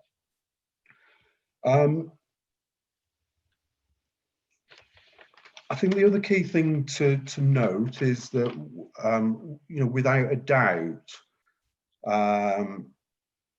that shows in wider kind of post-16 outcomes as well. So although I do accept the point that members have made, that perhaps based upon pre-16 and key stage 4 outcomes, maybe key stage 5 outcomes have lagged behind that. I don't think that's the case anymore, and I think there are clear signs of improvement. But what Calderdale always has had is really good outcomes for young people with SEND in post-16 provision, and generally the wider metrics around inequality and disadvantage, particularly at age 19, are again above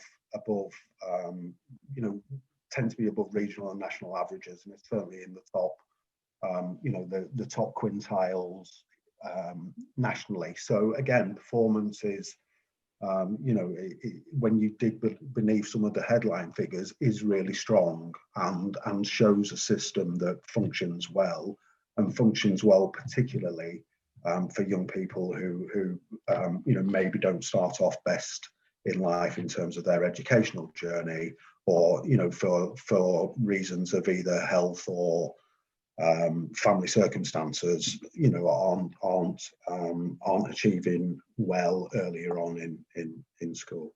So some really positive outcomes there.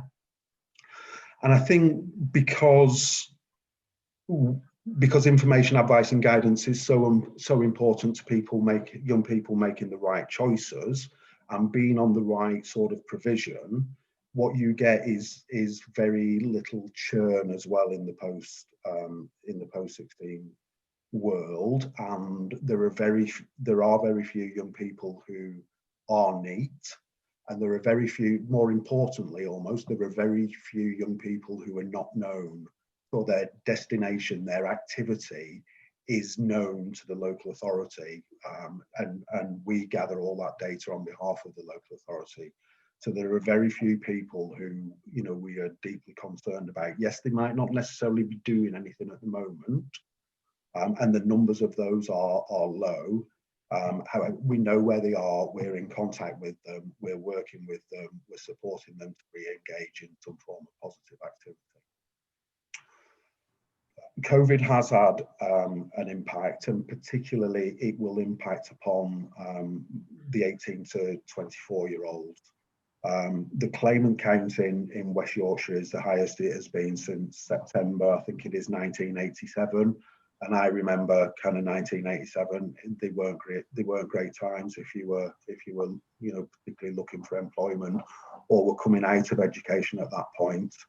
I think furlough has masked and is still masking some of that, and the figures are only likely to get worse in the short term. In terms of 16 to 18-year-olds, we've seen very little difference in the numbers of young people who are NEET, and that's to be expected in many respects because one, they'd be highly unlikely to show up in the claimant count. But secondly, I think young people who may have been choosing to go directly into employment on leaving school have probably taken the decision to opt to go to college or sixth form college. There may be some implications from that of young people who are who may be not doing their first choice of thing, but I'm sure between us and the institutions, we will kind of manage those expectations. However, the position 18 and above, I think is difficult. Certainly, we advertise apprenticeships on behalf of companies, and in June 2019, we had 60 apprenticeship vacancies on the books. In June of 2020, we had 10. And that pattern was replicated throughout kind of April, May, June, July, when we would see the strongest demand for apprentices for employers. We did have some fallout from the closure of KITS, which is one of the training providers that operates across Calderdale and Kirklees. And certainly some young people were displaced as a result of either redundancy or closure of KITS as the apprenticeship provider. We're working hard with a skills funding agency and with institutions to make an offer for them. At this stage, I suppose, there are some real unknowns in the data, and it is a time when enrolment's taking place. There's a lot of churn in the data anyway, and we wouldn't expect to see a settled position until November, December time. However, we think that things are holding up for 16 to kind of 18-year-olds, and broadly, young people will be doing something positive. There'll be less apprentices in that age group. However, 18 and above is a different matter, and perhaps I think Fiona is on the call. Fiona Thirlbeck, she'll have a clear idea on that. In Calderdale, we don't work beyond 18.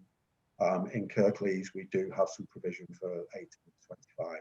The only caveat to that is, of course, young people with special educational needs and or disabilities we track and work with until the age of 25 under the statutory responsibilities. I think it's probably just worth ending on a couple of points. There is more that we can certainly do to support young people, and COVID has given us an insight into what working predominantly through digital channels can do. And whilst there are issues around being able to fully engage all young people in the same way that we can when we have a captive audience when they're in a setting and our members of staff are there, what the digital channels have opened up is for much more productive conversations with parents. We've been able to engage parents much more in constructive discussions about careers and choices. That has been a real positive. And I think there is an opportunity for us to do more on behalf of the authority and partners in the 18+ world, and for the company under the ownership of the two local authorities to perhaps be better positioned or in a position to take advantage of the move towards devolution and the relationship with the combined authority and particularly the emphasis that the combined authority have upon, you know, all age careers guidance for young people and adults, and about careers education, information, advice and guidance, facilitating those better choices, and bringing employers into a discussion about, you know, where the opportunities are in the future. And so our board met last week, and one of the recommendations that they made was that the two local authorities undertake some of that strategic positioning work alongside potentially the combined authority, and seek to actually you know, strengthen the position of the company by saying perhaps to some of the other regional partners that the performance that we do have in Calderdale and Kirklees could be replicated, you know, potentially through C&K into other local authority areas where perhaps performance historically has not been as good. Okay, I'll end on that point, and happy to take questions. And I've got the need a response on the need stuff if it's not been fully covered in that summary. Thank you, Martin. Just your point about devolution, I think there's a lot the other four councillors can learn from Calderdale. Perhaps they should have asked us earlier. Well, I think I'll go straight to questions if you don't mind, unless, John, you'd like to add anything?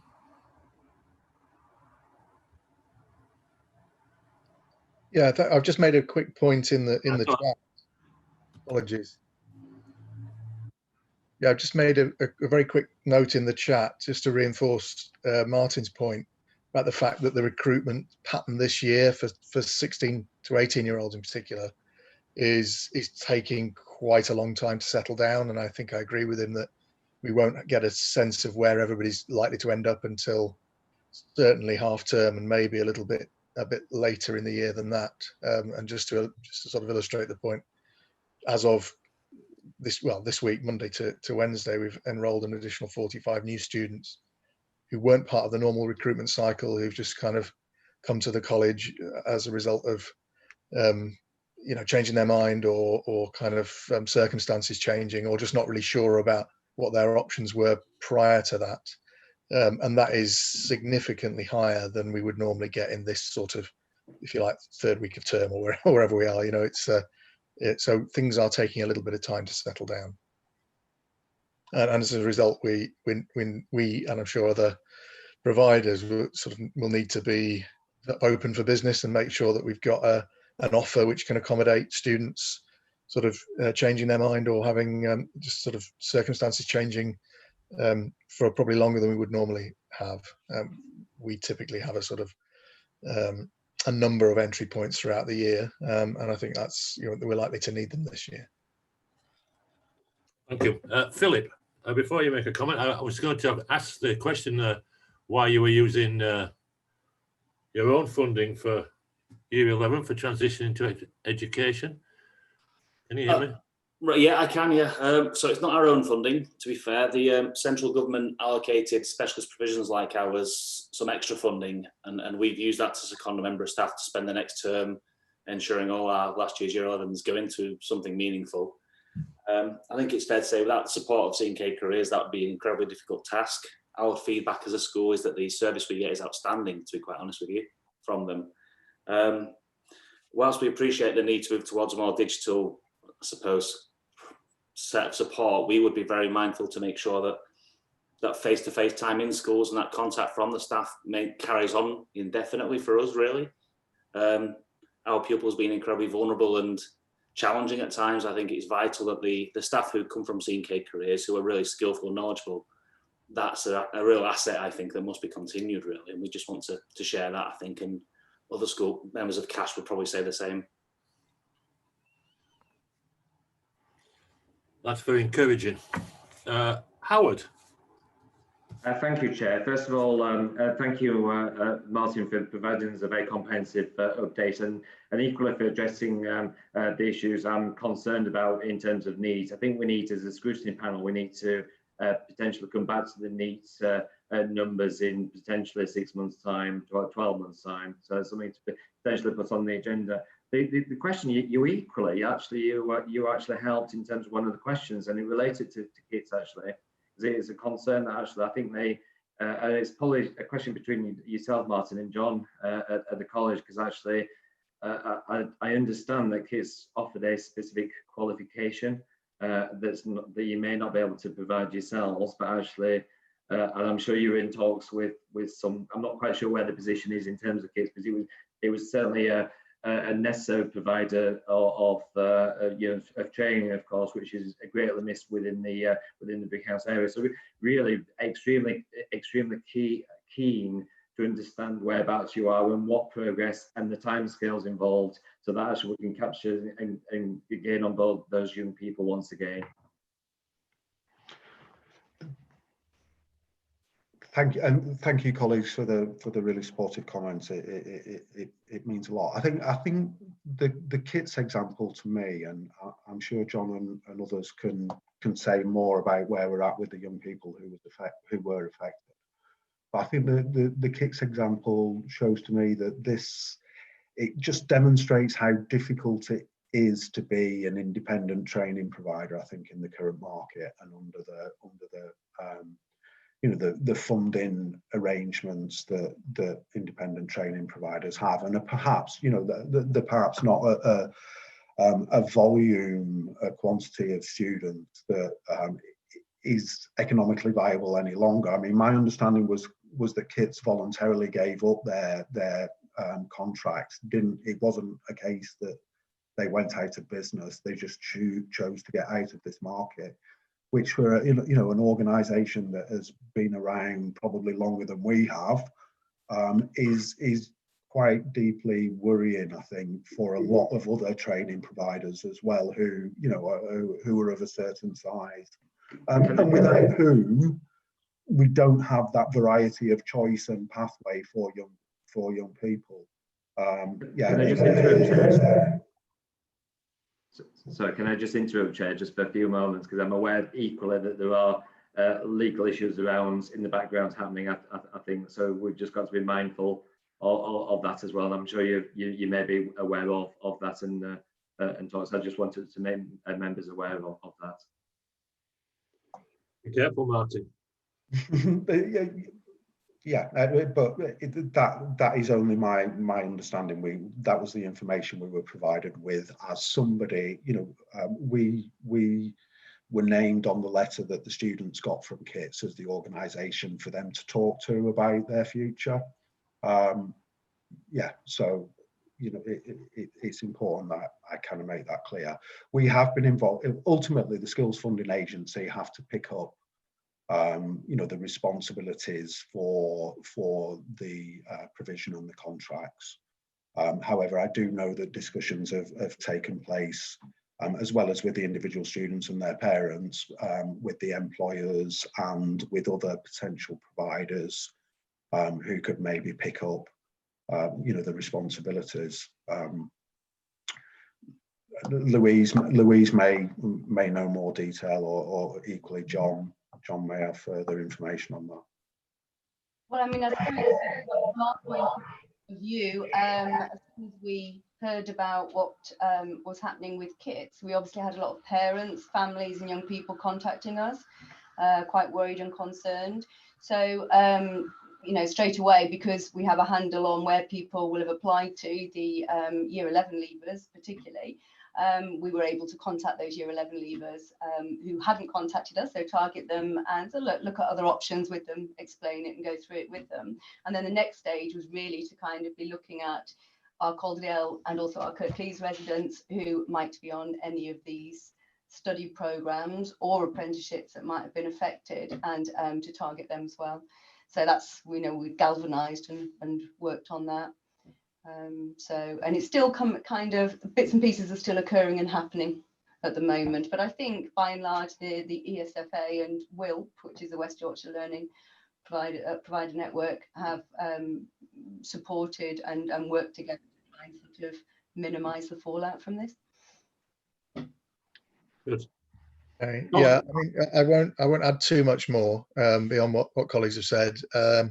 In terms of what may happen next, I understand that there are a number of parties who are keen to explore kind of the future potential and what might develop beyond now. All I would say from the college point of view is that we'd be, obviously very willing to talk to anybody about what the kind of future solution might look like. But I'm not really in a position to update the scrutiny panel in terms of where that's at the moment, I'm afraid.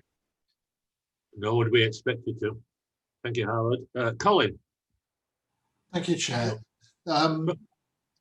The impact of the pandemic means that there are going to be reduced career opportunities in a lot of sectors which were traditionally large sources of employment in Calderdale and across the country. And also it's flagged up, if anything, the inadequate supply of trained people to work in health and social care, which we need to train up our own. We're not able to actually lure them into Calderdale to support our care sector. And that's likely to assume a much greater proportion of the workforce in future. Similarly, on a longer time frame, we need people to work in a low carbon economy if this country is going to stand any chance of meeting its climate change obligations. How has those pressures actually been reflected in the way that the careers service is working in Calderdale to attract people into those sectors? I've seen some very good work done in Bradford with their industrial centres of excellence for health and care, and in manufacturing and in design, where there's a lot of outreach work being done by employers to encourage kids to think of those sectors as their way, their work, to inspire them to look at these, but also to give the kids a realistic idea of what they would be letting themselves in for, say if they went for a career in nursing or in social care. Are we actually doing anything like that in Calderdale? Because, as I say, recruitment to health and care is a particular problem here.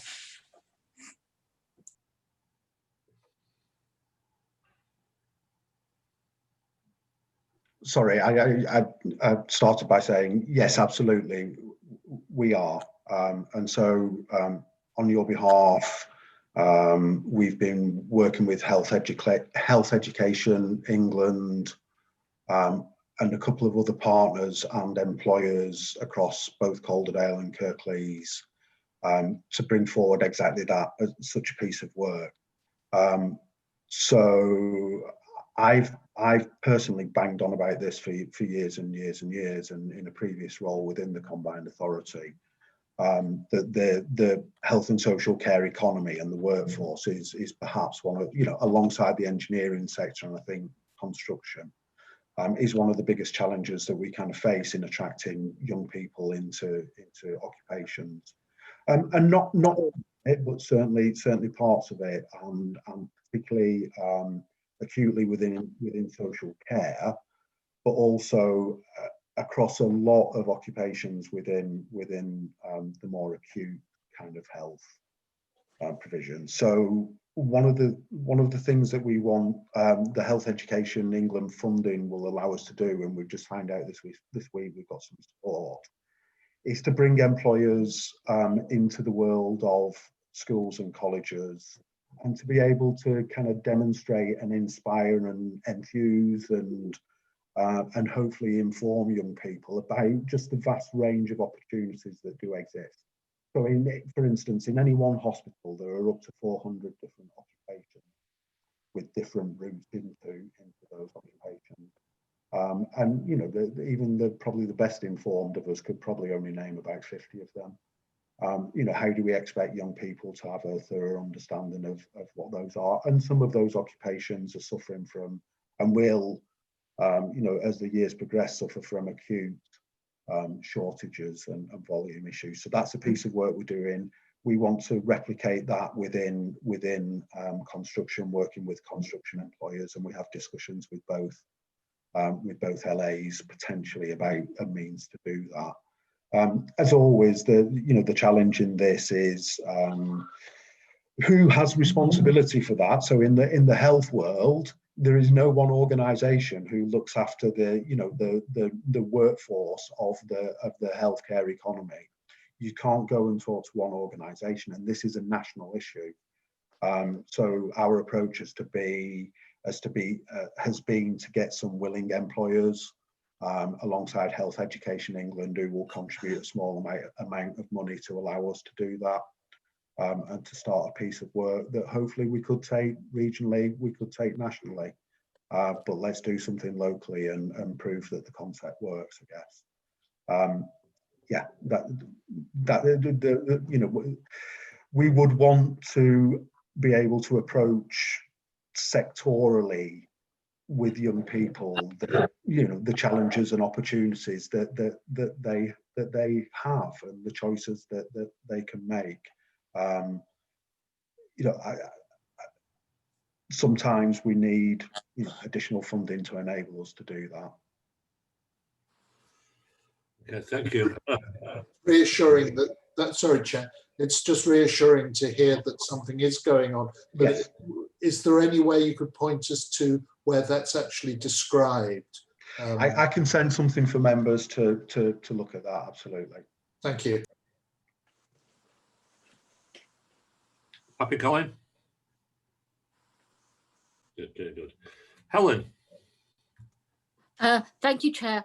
Again, very interesting, informative report. I want to ask a specific question. I know you said a bit about the support you give to SEND young people, but I wondered if you had support specifically to young people on the autistic spectrum who may not be classed as SEND, but who may really struggle coming from like a very structured school environment, or although you don't deal with that as also a university environment, into the workplace. And I wonder what your thoughts might be on that. Louise, do you want to pick that up?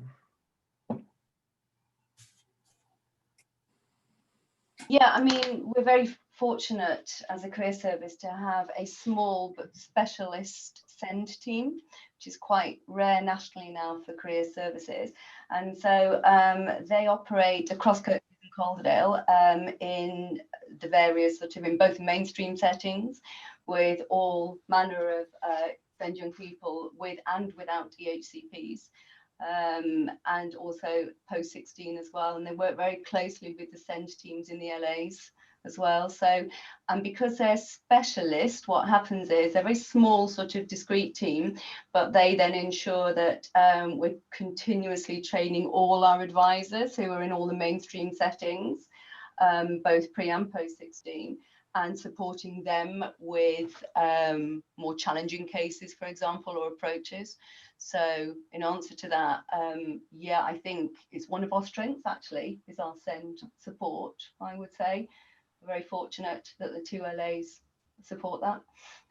And so, sorry, Councillor, certainly our our advisors will attend all the education, health and care plan review meetings alongside local authority and school colleagues, and be planning for progression post-16 and out of post-16 into whether it's university work or whatever is the right future for that young person. So we're involved in those key milestone meetings for every young person, regardless of condition.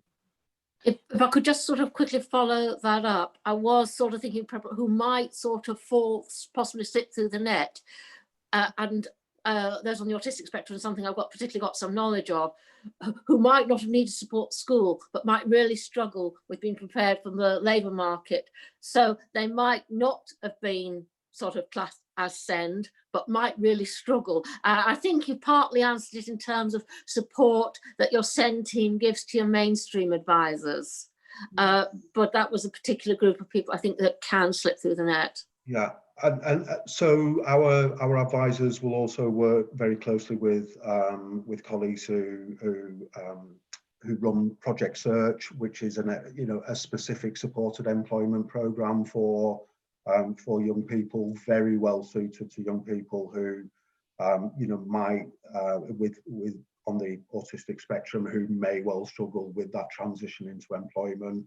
So Project Search offers a very supportive but employed status environment for such young people. And I think, we're, compared to the resources of certainly John and colleagues within either specialist or mainstream provisions, we are small by comparison, but also but do work to support capacity within those institutions as well, particularly around employability skills. And then, of course, we have the separate role, which is about re-engaging those young people who do perhaps fall out, or those young people who may be electively home educated as a result of high levels of anxiety and social anxiety in particular. We have an advisor who works with all those young people who are educated at home as well. But I'm not saying it's ideal or it's perfect that we've got everything covered, but alongside particularly the authority and colleagues in the SENDAC team, and then with colleagues in specialist provisions and schools, I think we try and do our best, and the outcomes would tend to suggest that Calderdale is better at this than other places. Thank you. I just have two quick questions. One, are you linked into our pathway service? And two, you can answer both at once. What difference do you think the Kickstart program recently announced is going to make? And how are we going to be locked into it efficiently? Again, so we tend to not operate much beyond 18 within Calderdale, although we can do, and we would love to, and we would welcome that opportunity. From just an understanding of Kickstart, I think there will be inevitably some very easy wins in there, particularly people who have been furloughed for 6 months and are then very newly unemployed will become eligible for Kickstart, and they will be very quickly, I think, snapped up by employers and placed into work, and employers will be able to to draw down significant amounts of money for those people who I think under would probably get a job anyway, or in time. So there'll be some dead weight within the programme, I think, inevitably. We're taking the approach in Kirklees that it's an opportunity, it's another opportunity to give high levels of support for those 18 to 24-year-olds who ordinarily would struggle anyway. And we're intending to work with the council and other anchor employers to create opportunities for them. Yes, so it will have an impact, but some of it would have happened under anyway, I think. You want to care to comment? Kickstart. Yeah, I mean, I think people need to be aware that the Kickstart programme is a variety of different menus and choices that different employers may look at. There's different packages of support depending on what the offer is. So, for example, with the apprenticeship element that came out from Kickstart, it's an enhancement to the existing offer. And it's more of a monetary gain for an employer so that they can actually try and use that as a bit of a cushion to take on new apprentices. The wage subsidy element, which is probably the one that most people are looking at the moment, is quite an interesting model. If people remember the Future Jobs programme that Calderdale delivered when we were at the peak of the height of unemployment for young people. That was very much managed in a more flexible way than the potential Kickstart programme is suggesting at the moment. We're working very closely with the college and with Halifax Opportunities Trust to try and put together an intermediary programme so that we can have a range of support that employers can submit their opportunities to then actually try and then look at how do we pull all the employment packages together. Because currently the way that it's set up, the employer may have an opportunity, but it won't necessarily have the choice of the applicant. That sifting and screening is done very much through the job centre, and it's about how the job centre then will sift and select according to the job profile that's put forward by the employer. And then the employer is expected to do the hand-holding exercise of supporting those individuals whilst they're in work. And what we're wanting to do in Calderdale is enhance that, because we do know that there could be a number of young people who will be further from the job market, because the job centre will be wanting to try and get people who are currently unemployed off their register and onto the Kickstart wage subsidy. So what we've got to do is make sure that the in-work support is wrapped around those individuals more robustly than potentially what the Kickstart programme will fund. So I know we're trying to do quite a lot of unpicking of the guidance on Kickstart to really understand what the roles and responsibilities will be for the various different players that will help that young person. And the employer is a key point, but I think also when we're looking at continued learning and looking at sustainability of employment, we're all going to have a part to play in putting that package together, because currently I'm not confident that the Kickstart programme will put that in place. So again, there's a lot of work that we're going to have to all pool our knowledge on this one to make it work. And I think we need to be educating our employers as well that this is very much about a stepping stone for development for young people. And we wouldn't want them to be just using those individuals for a short-term employment option, because it is only funded for the first 26 weeks. It's only up to 25 hours. And we'd be wanting to encourage employers to use that as a way of developing that young person to remain in that employment if it's the appropriate employment for them. And I think what we'd be looking at is what training support needs to be wrapped around that person, as well as what is the sustainability of staying in work. Because otherwise we're going to find that people will just move from one opportunity to another, and it's only short-term employment, which is what we wouldn't want to encourage with employers. We want them to actually invest in that young person and keep that person in employment for the future. So with the work that we're doing in the Employment Hub at the moment, it's about how we're promoting that in a positive way with employers to try and attract the vacancies. But then once we've got the vacancies, how do we make sure we can put the wraparound support around the young person that's additional to what the Kickstart programme's offering at the moment? Yeah, completely echo what Fiona's saying there about sustainability. A really, really important point.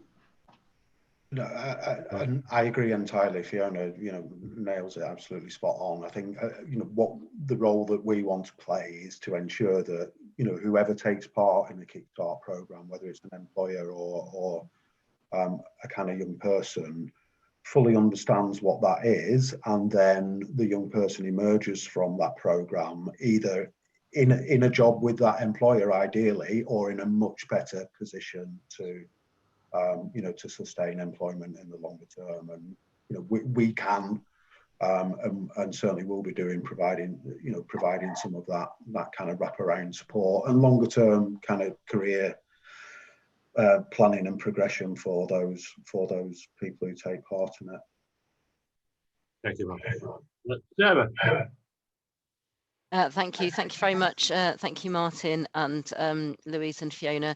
Thank you, Martin and Louise, for a great report. And obviously, I'm very supportive as a director of the work that C&K Careers is doing, and it's very clear and it's really great to hear other people supporting and being so complimentary about the service. That's fantastic. So the $1 million question obviously is, I suppose, how do we we know that we're going into very strange times. We're in very strange times, and financially, we don't know where we're going. We don't know what's happening on a local or national sort of picture, I suppose. Don't know, and in terms of funding within the council, it's all sort of quite precarious in lots of ways. So how can we ensure that C&K Careers can continue to sort of deliver within Calderdale?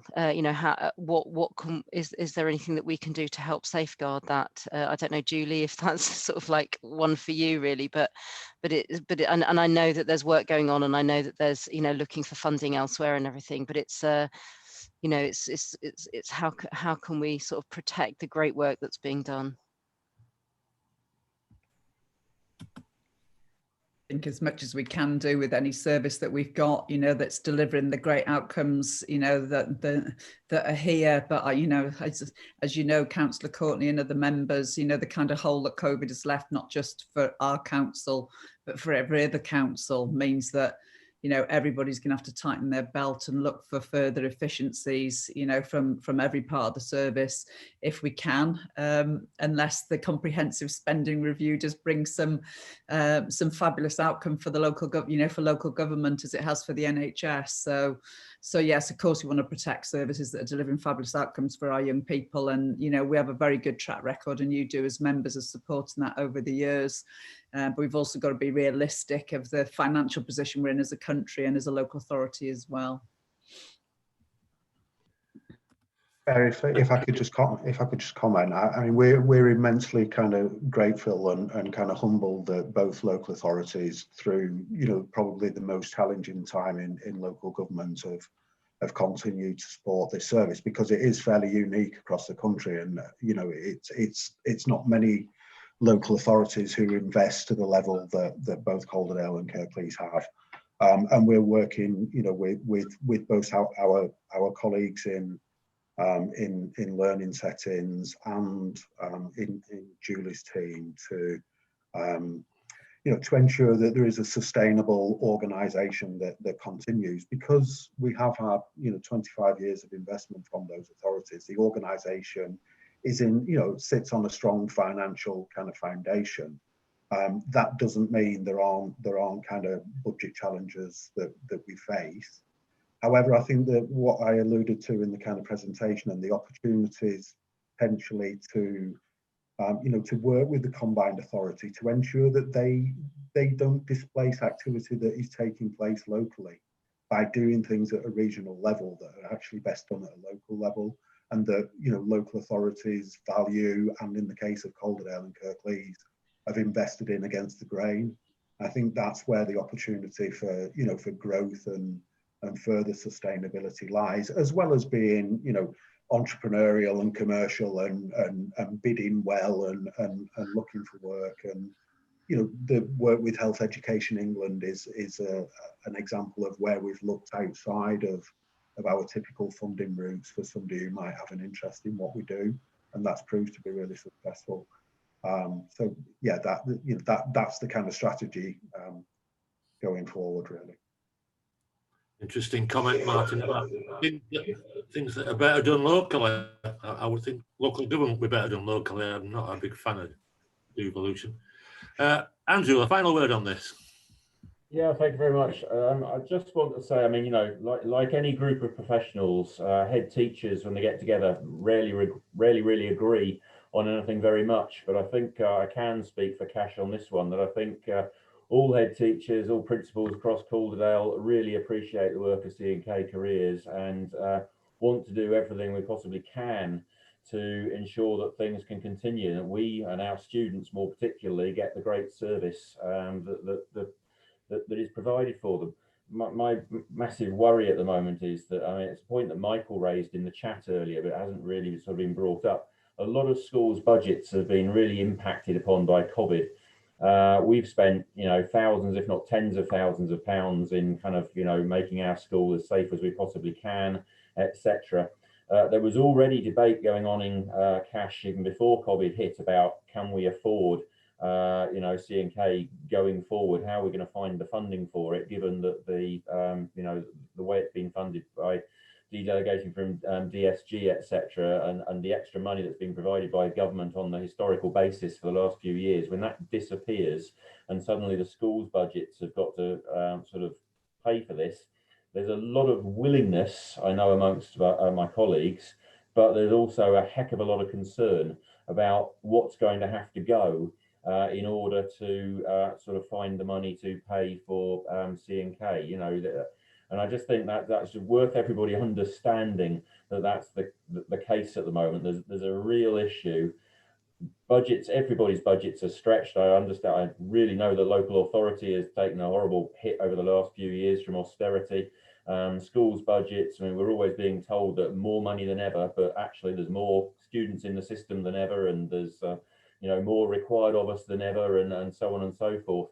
And it's difficult, but I just think I need to say it from the cash perspective and the school's point of view. We absolutely love what C&K do for us, but I know that some heads are having to think very, very hard about sort of alternatives. It's a zero-sum game. You know, if you're paying for one thing, there's other things you can't pay for, and you know, there's some very difficult decisions I think lying ahead. If we're going to manage to keep C&K going, it probably means that something else will have to give. So disheartening. Thank you very much. I think that's the end of that item, members. We're going to go to the work plan after this. I'd just like to say to all the guests and who've been with us this evening, especially those who've just come from C&K Careers, well, an absolutely outstanding meeting. There are criticisms of this panel. We don't spend enough time in education. Well, we've given it a good bashing tonight, and I think we've all thoroughly enjoyed it. It's been quite uplifting. So any of the guests can go now, and we'll talk about the work plan. Thank you all for your attendance. Thank you, Chair. Thank you. Chair, can I just mention something just before you go on to your work plan? Would you mind? Mark's actually gone. He left partway through the last item. Just to let you know, that is his last scrutiny meeting. And I did text him to say, you know, thank you, because I think it's been a really good meeting tonight. I think it's been really quality with a lot of really good input.